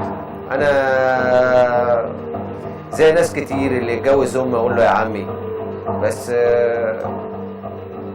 وفي الاخر اللي ما بيتقيش ربنا. اديك شفت اللي بيحصل ايه. ما دخلت شمال في قطر ليه؟ دخلت ايه؟ دخلت شمال في قطر ليه؟ اما يبقى حد بيبوظ لي بلدي وواحد بينخور في بلدي، لا ما انا برضو انا ملياش في السياسه، لا بس بحب بلدي. انا في يوم من الايام لبست تيشيرت منتخب مصر، حتى لو ما لبستش تيشيرت منتخب مصر انا بحب بلدي. انا مصري، والبلد متاثره بقى لها 3 سنين، وتاثيرها دوت وصل للناس كلها وانا واحد منهم. فانا كده بحب البلد. فما الاقي حد لا بينخوروا عايزين يظهروها بطريقه وحشه، وعايزين يظهروا ان الناس اللي مش عاجبها اي حاجه دولت ناس وحشه، وان اللي حصل ده حصل مش عارف ايه وايه. ناس بتنزل بالملايين ويروحوا يصوروهم بالشوارع فاضيه. كل دي حاجات ما كانتش مظبوطه. استفزك الكلام ده؟ طبعا استفزني زي ما استفز ناس كتير جدا يعني. بركات عايز تشتغل في الاهلي ولا؟ تشتغل فين؟ في النادي الاهلي ولا؟ ما انت عارف ان انا مشغول وماضي عقود وعندي شغل في الميديا وبرامج في رمضان، وبعد رمضان في برنامج كبير كمان وده هيبقى برنامج رياضي، فانا مرتبط بعقود. الله اكبر عشان محدش يحسدك. لا مش قصدي، ولكن انا اللي عايز اوصله لك ان انا مش هبقى يعني مش هيبقى عندي تفرغ، والشغلانه ديت عايزه تفرغ. هو الراجل ده متوتر ليه؟ انت متوتر ليه يا جدع؟ المفروض انا اللي متوتر بالموسيقى دي. خش عليا تاني يلا. مين اللي عرض عليك الشغل في الاهلي؟ عرض عليا الكابتن علاء عبد الصادق، وانا بحترم الكابتن علاء عبد الصادق جدا، وبحترم مجلس اداره النادي الاهلي الجديد ان هو فعلا زي ما قالوا ان هم راحوا للعيبه اللي هم كانوا عملوا حاجه للنادي وكانوا حريصين ان هم يتواجدوا في النادي. وعلى فكره انا لسه ما بعتش الرد. عرضوا عليك ايه؟ اقول يعني عرضوا عليا الحته التسويقيه، يعني ان انا ابقى موجود في الحته التسويقيه. وانت قرارك ايه؟ لا انا عم اروح اسوق في حته ثانيه. ايه علاقتك بالفنانات والفنانين؟ اعرف بعضهم ومعظمهم ما اعرفهمش. تعرف هيفاء وهبي؟ لا للاسف لا. محمد بركات غاوي شهرة؟ غاوي شهرة؟ طب هو ليه يا ابني؟ ما انا مشهور يا ابني، ماشي في الشارع الناس عارفاني. طب اقول لك على حاجه، يعني عايز اقول لك على حاجه، الشهره ديت اخذت مننا كتير قوي، ويعني لذيذ انك تبقى مشهور والناس بتحبك، بس عايز اقول لك على حاجه بامانه، يعني بغض النظر عن الشهره، يعني الواحد يدعي ويقول الهي يا رب كفينا شر نفسنا. بقول لك يا عم الحاج. قول يا بيه قول. المدام بتغير عليك ولا لا؟ ياه المدام بتغير عليا قوي. المدام كل ما تيجي تشوف صوره متصوره مع فنانه ولا اي حاجه في افتتاح المطعم ولا في افتتاح مش عارف ايه او لان الشغل انت عارف وبرامج دلوقتي، فبقيت مختلط بيهم بدرجه اكبر من الاول. يعني كل ما تشوف صوره تيجي تقول لا هو مال كتفها لازق في كتفك قوي كده، هو وتقعد تحسب هو كتف مين اللي رايح لكتف الثاني. اي كلام. طب اقول لك على حاجه، الكرسي ده فكك خالص على انت عارف انت لو خليت الساعتين دول كده كان هيبقى يوم اسود. كنا زماننا قفلنا المحطه دي النهارده. بقول لك ايه، يلا بقى عشان عايز امشي بقى. انت عارف رمضان كل سنه وانت طيب، وعايزين نلحق بقى السحور في لسه عندنا شويه اسئله يا عم. اخلص بقى. في لعيب انت زعلان منه وما بيسالش عليك؟ كلهم اندال، هو في حد اساسا بيسال؟ قول مين اللي بيسال اساسا. طب انت مقصر في حق حد؟ عايز تقول له كل سنه وانت طيب، ما قلتلوش كل سنه وانت طيب تقول له على الهوا؟ والله فعلا لا، انا مقصر في حق ناس كتير. الفتره اللي فاتت تعبت جدا وكنت مرهق، ففي ناس كتير انا نسيت ان انا اقول لها كل سنه وانتم طيبين، فانا بعتذر لهم وبقول لهم كل سنه وانتم طيبين دلوقتي، لان في ناس كتير واخده على خاطرها. يعني بركات بيوصل لكل اللي هم ما بعتلهمش كل سنه وانتم طيبين من خلال قناه النادي الاهلي. اتمنى كله يبقى سامعك. انا خايف الكاميرا اللي رايحه جايه دي، حاسس انها هتخبط في دماغي. خلي بالك. ندمان على ايه؟ ندمان ان انا سمعت كلامك وجيت الحلقه النهارده بصراحه. ليه؟ هردي. علشان ان انا كنت المفروض اخلص الساعه 12 والساعه عدت 12 وانا لسه ما خلصتش، وانت عارف ان انا وقتي بالثانيه وانا وقتي كله بفلوس. ايه اللي انت ندمان عليه؟ اللي ندمان عليه ان انا عرفتك في يوم من الايام. سيبك من شادي، ايه اللي انت ندمان عليه؟ انا ندمان على حاجات كتير بس ما ينفعش انها تتقال. ها؟ دي مستحيل. ها؟ مستحيل. اقولها بصوت عالي؟ لا ما ينفعش.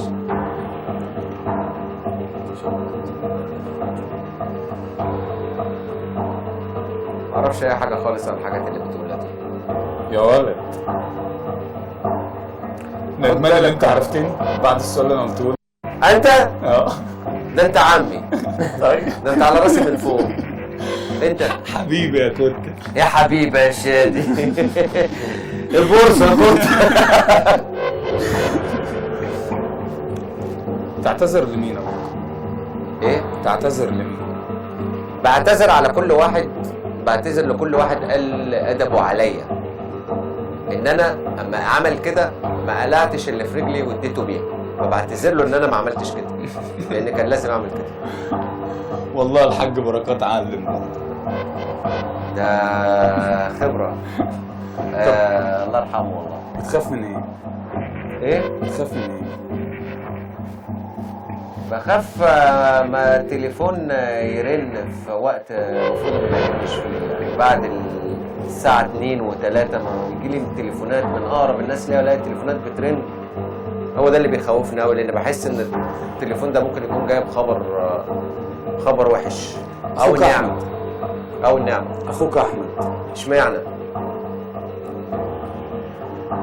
جزء كبير من حياتك ما تقدرش تبعد عنه ابدا، كل اسرارك معاه، صح الكلام ده ولا لا؟ 3/4 اسراري معاه يعني، انما في ربع برضه بحب ان انا احتفظ بيه لنفسي، يعني على اساس انه لو غدر في يوم من الايام بخلي انا الربع المهم اهم ربع بيبقى معايا انا، علشان لو حصل حاجه ما يبقى في السيطره. سؤال اتكرر اكتر من مره على صفحتنا، صفحه النادي الاهلي. ايه هو؟ بعد النجاحات اللي بركات عملها ارجوك قولوا بسرعه. بيتقال على بركات زملكاوي ليه؟ كله في الكليتش. ممكن الزملكاويه اللي داخلين كاتبين كده؟ ميبي يس ميبي نو. انت شكلك بتاخد كورسات جديده ولا اديتنا كام واحده النهارده؟ ايه اديتك شور وميبيس وميبي نو، بس انا قلت لك شور قمت مديني افيه قفلتني منك. وتيك شاور لا ولا؟ لا تيك شاور كان حلو، كان حلو. ومش 1-0 3-0 3-0 لا ده كان 3-0. ده انت حطمت الارقام القياسيه يا عم والله الحمد لله بفضل ربنا والله يا احمد، طول ما ده نضيف كنت موجود. الوالدين كنت موجود، وده اخر سؤال معايا النهارده في الواقعه اللي كلنا ما بنحبش نفتكرها. استشهاد 72 عشان بيحبوا النادي الاهلي، عشان بيسافروا ورا النادي الاهلي. بركات قال انا هعتزل ومش هقدر العب. تقول لهم ايه؟ عشان هم بيفكروا دايما اللي احنا بننساهم، بل بالعكس انا بحب دايما في كل المواقف. يا ابني ننسى مين من قبل ما تكمل السؤال؟ ننسى مين؟ الناس ديت هي اللي عملت مننا نجوم، واللي كانت بتيجي تشجع